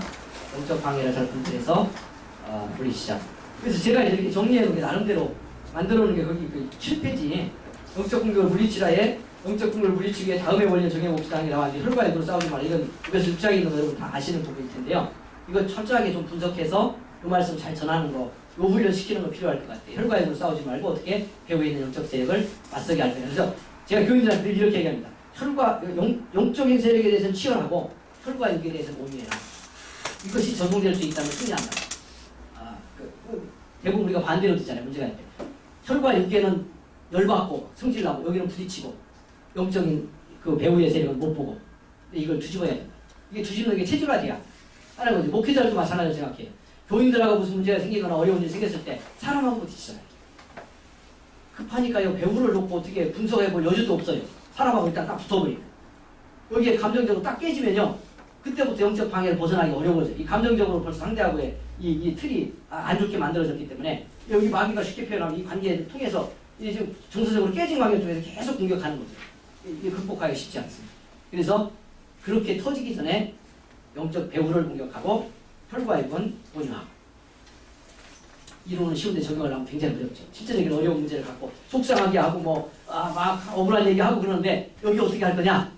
대부분 아까 개척기 하다가 이런 데서 말 한마디 한두 마디 잘못하거나 감정적으로 잘못 표현한 것이 파급력이 확 생겨갖고요. 열면 수면 그냥 나갑니다. 잘못하면. 목사님이 그랬대 이러고. 이거 잘 넘어가야 되죠. 이게 굉장히 중요해요. 그 다음에 하나님과 나와의 관계를 먼저 살피라. 무슨 문제가 딱 생겼을 때 이 문제가 여기서 왔다고 생각하지 말고 사람에게서 온 게 아니라 저분하고 나 사이의 관계에서 뭔가 문제가 돼서 온 건 아닌가. 이걸 2차 점검하는 것을 체질로 하는 거죠. 그 다음에 객관성 유지하라. 중요한 거예요. 대부분 교인들끼리 다퉜을 때 뭐라고 해요? 저 집사님 되기 싫어서 나 교회 못 옵니다. 저게야 뭐 그래서 모릅니다. 그런데 목사 입장에서 이렇게 둘을 딱 놓고 들으면 어때요? 몇 대 몇이에요? 교회에서 문제 생긴 것은 10대 3이랑 8대 2는 거의 없어요. 많아봐야 5.5 대 4.5야. 안 그러세요? 6대 4. 아주 심각하게 한쪽이 잘못해서 6대 4야. 근데 4는 안 보이죠. 누구로 당한 사람은. 그래서 계속 공격하는. 근데 이건 목사도 마찬가지예요. 잘못하면. 무슨 문제 생겼을 때 여러분 어때요? 내 중심으로 해석 안 하세요? 하죠. 나는 열심히 하고 그렇게 사랑했는데 지가 뭐냐. 그런데 지 입장에서 들어보면 전혀 안 그럴 수 있어요. 어떻게 여기서 객관성을 유지할 수 있을 거냐. 다른 차원에서 나를 좀 떼놓고 보는 훈련이 안 되면 이거 참 어렵죠. 그래서 이걸 놓고 그럼 나도 잘못한 게 있다. 그래서 그 다음에 뭐냐면 이미 분노, 마음, 미움, 욕심에 붙잡히지 않는 점검하는 거죠. 이런 훈련을 좀 시켜야 돼요. 이게 이미 잡혀있어. 내가 그 상대에 대한 어떤 전제가 있고 선입견이 생기고 미움이 결정적으로 들어와 있으면 객관성을 잃어버리지. 그렇게 하면요 문제 해결이 안 돼요. 5번째 회개하라는 8대 2라도 내 교인들한테 이런 굉장히 어려운 얘기인데 우리가 적용을 잘해야 돼요. 8대 2야. 저기 8을 잘못하고 내가 2를 잘못했어. 그래도 2는 내가 회개해야 되죠. 하나님과의 낯사이에서 그렇게 시작해야 되죠. 그래야 변화가 만들어질 가능성이 생기고 2를 내가 회개하고 2를 놓으면 중간에 방해하는 영적 세력도 떠나가게 되고요. 이게 저는 이렇게 교인들한테 설명했어요. 문제가 이렇게 누군가 둘이 생겼을 때 마귀는 이렇게 잘못된 관계를 타고 움직인다. 왔다 갔다 하는데 한쪽에서 하나님과의 관계 속에 나를 정리하고 딱 놓으면 마귀가 타고 올 자리가 줄이 없어진다. 그럼 그때부터 영적인 방해 세력은 물러가고 변화는 일어난다. 그 사람도 언젠가는 회개할 거고 아니면 하나님이 처리할 방법이 있겠죠. 그러니까 여기서 시작하는 거죠. 이걸 빨리 체질화해야 돼요. 목사님들은 여기서 성공해야 생명을 보듬어 갈 수가 있어요. 그 다음에. 그러니까 굉장히 중요한 들어가고 이제 그다음에 상처와 대면의 어둠을 치워라. 이건 좀 공부도 하실 테니까요. 여기 그냥 틀을 보시면 되고요. 거기에서 제가 이제 성경을 통해 이렇게 씨름하다 보니까 성경 본문을 보다 보니까 성경의 메시지가 왜 이렇게 했는지를 제가 새롭게 보게 된 부분들이 여기 이제 두 본문만 제가 소개를 했는데 사마리아 여인의 이야기, 귀신 들린 아이. 저는 이 얘기를 보면서 자, 예수님이 왜 사마리아 여인하고 그렇게 얘기를 길게 했을까? 그리고 뭐 예배 얘기 뭐 이렇게 못 알아듣는 얘기 계속 그냥 한 번에 구원해서 보내면 안 될까? 저는 그런 이유가 있다고 생각하고 이렇게 딱 보니까 성경에 주님이 하셨던 말씀 한마디 한마디들이 그냥 한 게 아니더라는 거예요. 예수님의 구원은 전인적이라는 얘기 우리 다 공부하고 아시잖아요. 그러니까 주님께서 병든 사람이 왔을 때 또는 병든 가족을 데리고 온 사람이 왔을 때 병만 고쳐서 보내는 것은 안 된다는 걸 주님은 알고 계셔요. 그러니까 모든 사건에 다 그렇게 표현은 안 돼 있지만 왜 어떤 경우에 안 해도 되는 얘기까지 저렇게 다 하실까? 이런 생각이 드는데 거기에 저는 이유가 있다고 보는 성경 해석을 합니다. 병만 고쳐서 보내도 되는 거야. 귀신 들린 아이 아버지 데리고 온 그 아버지도요. 다 상황 보고 아시잖아요. 예수님. 근데 언제부터 이렇게 된다 모르셔요. 그리고 그 아버지가 어릴 때부터입니다. 물과 불에 잘 넘어지고 이렇게 하면 자기 얘기를 쭉 합니다. 무슨 얘기 하는 거예요? 나 이런 애들 데리고 살다가 나는 정말 지쳤고 나는 상처받았고 나는 못 견디겠습니다. 이 아버지로 정말 내 가슴은 다 무너졌습니다. 그 얘기를 하는 거예요. 그 얘기를 다 쏟아놓게 하고 그 아버지의 믿음을 불러일으키고 그리고 귀신을 쫓습니다. 그 대화 속에 예수님께서 단지 병만이 아니라 한 생명, 그러니까 이 아들 병만 고쳐서 보내서는 안 된다는 걸 예수님 보시는 거죠. 그 아버지의 정서와 그동안 떼어진 그런 그 한 아버지로서의 그 삶에 무너진 가슴도 고쳐서 보내야 회복된 아들과 함께 더 건강한 삶을 살아낼 수 있다고 보시는 거예요. 그래서 그 아버지의 무너진 가슴과 생각과 정서도 주님 고치고 있다는 걸 이 말씀을 딱 분석하면 확인하게 들어요. 수가성물가 여기도 마찬가지예요. 거기서 단지 구원받았다는 어떤 주님을 만나서 위로받았다는 마음 가지고 돌아가서는 안 되지. 얼마나 철저하게 무너진 여인이에요. 대화에도 못 알아듣잖아요. 물 얘기할 때, 생수 얘기할 때. 계속 못 알아들으니까 예수님 어떻게 해요? 저는 여기 올라오고 자꾸 안 열리니까 내 남편 데려와라. 그래서 그 여인의 가슴을 팍 찌르죠. 이제 대화를 통해서 어느 정도 좀 탄력이 붙었기 때문에 거기를 찔러서 가슴을 열고. 그러니까 딱 여인 숨기자. 그리고 그 순간부터 무너져서 주님의 생명이 부어진 여인이 물동이 던지고 마을로 돌아가서 외칩니다. 나를 보라. 내 모든 걸 다 하신 그분이 있다. 그가 메시아 아니겠냐? 마을 사람들 끌고 나오잖아요. 그래서 단지 어떤 것의 영적 변화, 구원 이것만이 아니라 육신의 치유도 이렇게 주님이 전인적 치유를 하셔요. 그렇게 놓고 해석하면요. 예를 들어서 그 예수님 옷가를 만지고 나은 여인, 신의 혈증 같은 여인. 주님이 그런 표현을 하죠. 네 믿음이 너를 구원했다. 이런 식의 표현을 몇 번에서 하잖아요. 저는 왜 했을까? 이렇게 딱 보면요. 분명해지는 겁니다. 지 믿음이라는 게 어떻게 보면 확대 해석하면 엄청나지만 옷가 만진 것밖에 더 있어요. 물론 나오는 것도 어렵구만. 이게 믿음이 정말 놀라운 일이에요. 이 12년 알았던 여자가. 그러나 주님이 내 믿음이 너를 구원했다라고 마지막에 선포해서 보내는 중요한 이유가 있다. 그건 고침받고 돌아간 여인으로 하여금 자기 존재에 대한 충만한 회복을, 육신의 치유뿐만 아니라 그 존재에 대한 충만한 회복을 바라시는 주님의 배려가 그 말씀 속에 들어있다. 네 믿음이야. 네 믿음이 너 살렸어. 그러니 그 믿음 갖고 이제 회복된 건강 갖고 한 생명으로 한 인간으로 충만하게 살아가라 하는 주님의 간절한 메시지가 그 말씀 속에 담겨있지 않을까. 해석하면 충분히 가능합니다. 그리고 그런 각도로 성경을 바라보기 시작하면 예수님이 얼마나 사람들의 마음과 심령을 그 육신의 변화로 환경의 변화와 함께 회복시켜내시는가를 우리가 볼 수 있다 하는 겁니다. 그런 해석 필요하다 생각을 해보고요. 그렇게 해서 이제 8페이지로 가면 사실을 보는 눈이 열려야 합니다 했는데요. 제가 이렇게 보면서요. 왜 자꾸 사람들이 깨질까? 목사의 오지조차도 그건 성경이 보여주고 성령이 우리에게 보여주시는 사실을 우리 안에 끊임없이 왜곡시키는 이미 결정된 편견이나 상처의 어둠이나 왜곡된 시각들이 존재한다는 것. 이것을 걷어내는 어떤 그런 훈련이 안 되면 이게 문제가 거기서 다 붙지 않아요. 그래서 저는 이렇게 성경을 보다 보니까요. 여기 이제 9페이지 보시면요. 사실을 보기 위해 깨닫고 밀어나기. 제 나름대로 성경에서 방법입니다. 이것도. 성경에 어떤 사건이 딱 있으면 저는 거기에 세 가지 사실이 있다고 보는 거예요. 첫 번째는 그냥 객관적으로 일어난 겁니다. 그냥 팩트로서의 사실이죠. 일어나서 무슨 일이. 예를 들어서 거기 지금 제가 두 가지 본문을 소개했는데 예수님의 발에 향유를 부은 여인의 이야기. 예수님의 발에 향유를 부은 사건 있었어요. 향내가 온 집안에 가득했어요. 그 향유는 굉장히 비싼 거예요. 이렇게 주님이 그걸 용납하고 계세요. 그냥 일어난 일을 그대로 보는 거죠. 그냥 사건. 이게 이제 팩트로서 하나의 사실이 있어. 근데 두 번째는 사실 아닌 사실이 있어요. 그거 뭐냐, 왜곡된 사실이죠. 그걸 바라보는 사람들의 또 다른 시각이 거의 항상 존재합니다. 왜곡되어 있습니다. 자기들이 가진 편견, 자기들의 욕심, 누구에 대한 미움, 이런 것들이 다 전제되어서 만들어진 왜곡된 사실이죠. 그게 뭐예요? 여인이 향유를 부을 때 그걸 보고 어떡합니까? 파라 가난한 자들에게 주지. 동결을 막고 있어, 돈에 욕심이 있어서. 또는 다른 복음서와 통틀어서 보면 다른 제자들도 비슷한 흐름인데 아마 여러 가지 생각이 있었겠죠. 저게 저 년이 쉽게 말하면 우리들이 제자인데 말이지. 지가 주책을 떨고 있네. 거기에 질투도 들어갈 수 있어요. 미움도 들어가. 어쨌든 표현된 것과 함께 그 배우의 이 여인을 공격하거나 뭔가 평가절하하고 있는 제자들을 포함한 사람들의 시선이 있습니다. 이건 사실이 아니잖아요. 사실이 아니잖아요. 근데 우리는 그런 사실을 끊임없이 봅니다. 어떤 일이 났을 때. 그러니까 이걸 내가 그렇게 볼 수 있는 내 안에 선입견이나 편견이나 집착이나 미움이나 누군가 어떤 사건에 대한 결정된 왜곡된 시각이 있다는 걸 빨리 봐야 돼요. 그럴 수 있다는 거. 여기서 나를 넘어서 떠나볼 수 있는 자리가 마련이 안 되면 우리 끊임없이 생명과 부딪혔을 때 이 문제가 만들어져요. 그렇게 놓고 교인들을 보면 참 우리 교인 중에는요. 이렇게 훈련을 하는데도 재혼해갖고 온 교인이 있든지 교회를 떠났는데요.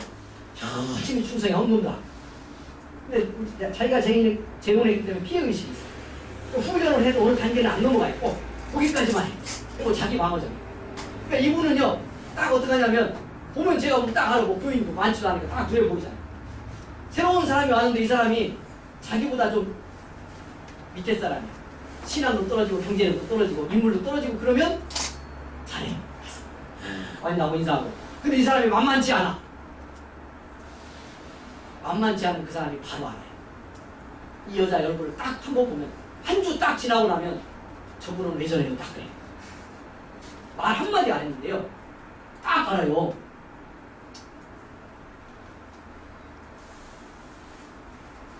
무섭습니다. 그 사람 때문에 자기가 전도해놓고도 그 사람 때문에 교회 떠난 사람이 10가지 정도 넘어요. 제가 무지하게 인내했죠. 그리고 마지막까지도 잘하기를 바라고 회복되기를 바라고 훈련하는데 보내주시려고 그러고 근데 결정적인 자리 가면 못 열어요. 그러니까 무서워요. 이 속에 이렇게 누르고 있는 힘이요. 그런 그 재혼했다는 것에 대한 열동감, 뭐 이런 피해의식 이런 것들이 엄청나게 세게 그러면서 자기는 드러내야 되고 자기는 높여야 되고 인정받아야 되고 이런 것도 강하고 한쪽에 있어요. 대동소이하죠. 정도 차이지만 이런 것들이 교회 속에 끊임없이 흐르잖아요. 이걸 극복해내려면 그들로 하여금 내가 어떻게 왜곡돼서 사실을 사실대로 못 보게 되는지를 보게 하는 자리를 만들어줘야 되고 목사들은 당연히 그런 경험이 있어야 돼요. 그러지 않으면 안 되죠. 왜 문제가 되는지도 모른 채 문제 속에 말리고 이런 관계들이 악화되면 교회의 건강, 성장은 여기서 저해를 받게 되고 문제가 만들어지는 거죠. 그래서 마지막 세 번째 사실인데 그게 뭐냐면 예수님의 사실이죠. 가만 두라 그러잖아요. 그 여인이 하는 걸. 왜요? 장례를 위해 준비하고. 주님은 뭘 보셔요? 이 여인의 가슴속에 있는 은혜를, 주님을 향한 사랑을, 마지막 떠나보낼지도 모르는 주님에게 모든 걸 다 드리고 생명도 바치고 싶은데 할 수 없는 자기를 바라보면 내가 할 수 있는 최선의 것으로 주님에게 부어야 하는 이 여인의 사랑을, 그 놀라운 일이 벌어지는데 옆에 있는 사람 못 보잖아요. 이게 사실인데 서글픈 일 아니겠어요? 보십시오. 우리가 살아가면서 우리도 그러고 있다고 어떻겠어요? 교인들이 서로를 그렇게 못 봐서 그게 사랑인데 그게 헌신인데 그게 눈물인데 이걸 질투로 보고 그걸 공격하려고 한다면 얼마든지 가능하잖아요. 심각한 일이 벌어지는 거죠. 목회자인 우리부터 이렇게 우리 안에 덮고 있는 것들을 걷어내며 사실에 직면할 수 있는 그 눈이 열려지지 않아야 된다. 이게 전 자유고 성장이다. 이렇게 보는 거죠. 어떻게 그렇게 할 수 있을까 하는 거예요. 그래서 10페이지로 가면요. 사실인 나를 보기 6번에 상처받지 않은 나를 보기 훈련을 좀 하는 겁니다. 나와 나의 것을 분리하고 나의 것에 영향을 미치는 것들을 깨닫고 바라보고. 다 설명을 드릴 수가 없네요. 중요한 부분인데 이거 하나만 좀 기억하시면 좋겠습니다. 나는 나의 것이 아닙니다. 근데 우리는 나와 나의 것을 너무 일치시키고 살아서요. 나의 것을 건드리는 것이 나를 건드린다고 생각해요. 내 이름을 건드리죠. 내 명예는 건드리죠. 내 소유는 건드리죠. 이걸 통해서 시험도 하고 공격도 하죠. 그러나 나는 건드리지 않는 거죠. 이걸 딱 나눠보면 좋겠어요. 그러면 큰 자유가 확보되죠. 누가 뭐라고 어떻게 하고 어떤 상황이 생기든 그리스도 안에 구원받으나 하늘의 생명을 가지냐 천국을 얻은 나는 그 영원한 생명을 소유한다는 해방되지 않죠. 나는 나로 있어요. 그래서 내 것과 나를 구별하고 내 것을 건드리는 것에서 내가 자유해지면 파워가 생겨요. 다 가져. 그러니까 왜 초대교회 성도들이 그 은혜 충만한 시대에 박해의 시대의 교회 성도들이 죽어도 좋다고 생각했겠어요. 주님을 사랑했어요? 물론 그렇지. 근데 그들은 성령 은혜 속에서 확연히 깨달은 거예요. 몸조차도 내 것인데 나는 아닙니다. 내 생명은 영원하신 분 안에 잡혀있고 그분의 생명 안에 내가 있는데 이건 빼앗을 수가 없는 겁니다. 죽여도 못 빼는 겁니다. 그러니까 내 것을 뺏어가는 건 목숨, 육체의 목숨을 뺏어도 너희는 나를 건드리지 못해. 그러니까 이 놀라운 자유의 파워가 형성이 된다. 그러니까 이 형성된 자유의 파워로 죽인다고 대드는 세상을 향해서도 맞설 수 있었고 그걸 뒤집을 수 있었지. 그게 전 자유의 역사라고 생각합니다. 어떻게 이 자유를 내가 확보하고 갈 수 있겠냐 하는 게 중요한데 이건 어느 순간 내가 눈 뜨고 보면 보여질 수 있다고 생각하고요. 그런 측면에서 제가 성경 해설을 뒤로 가서 하면서 몇 가지 이제 재미있게 해석을 했는데 성경을 그래서 뒤집어보자 그런 말씀을 드린 거죠. 성경을 뒤집어봤더니 성경에서 실패했다고 여기지가 넘어진 사람들은 다 이 자유가 확보되지 않아요. 그래서 사람이나 환경에 자꾸 붙들려가는 사람이고 승리한 사람은 여기서 놓여진 사람. 하나님과의 관계에서 내 자유를 확보하고 세상이 흔드는데 내가 넘어지지 않는 자유의 영역이 있었던 사람. 영향은 받았지 물론. 그러나 그것이 지켜진 사람들이 승리하더라. 근데 어떻게 지킬 거냐? 요 얘기만 하고 시간이 좀 없는데요.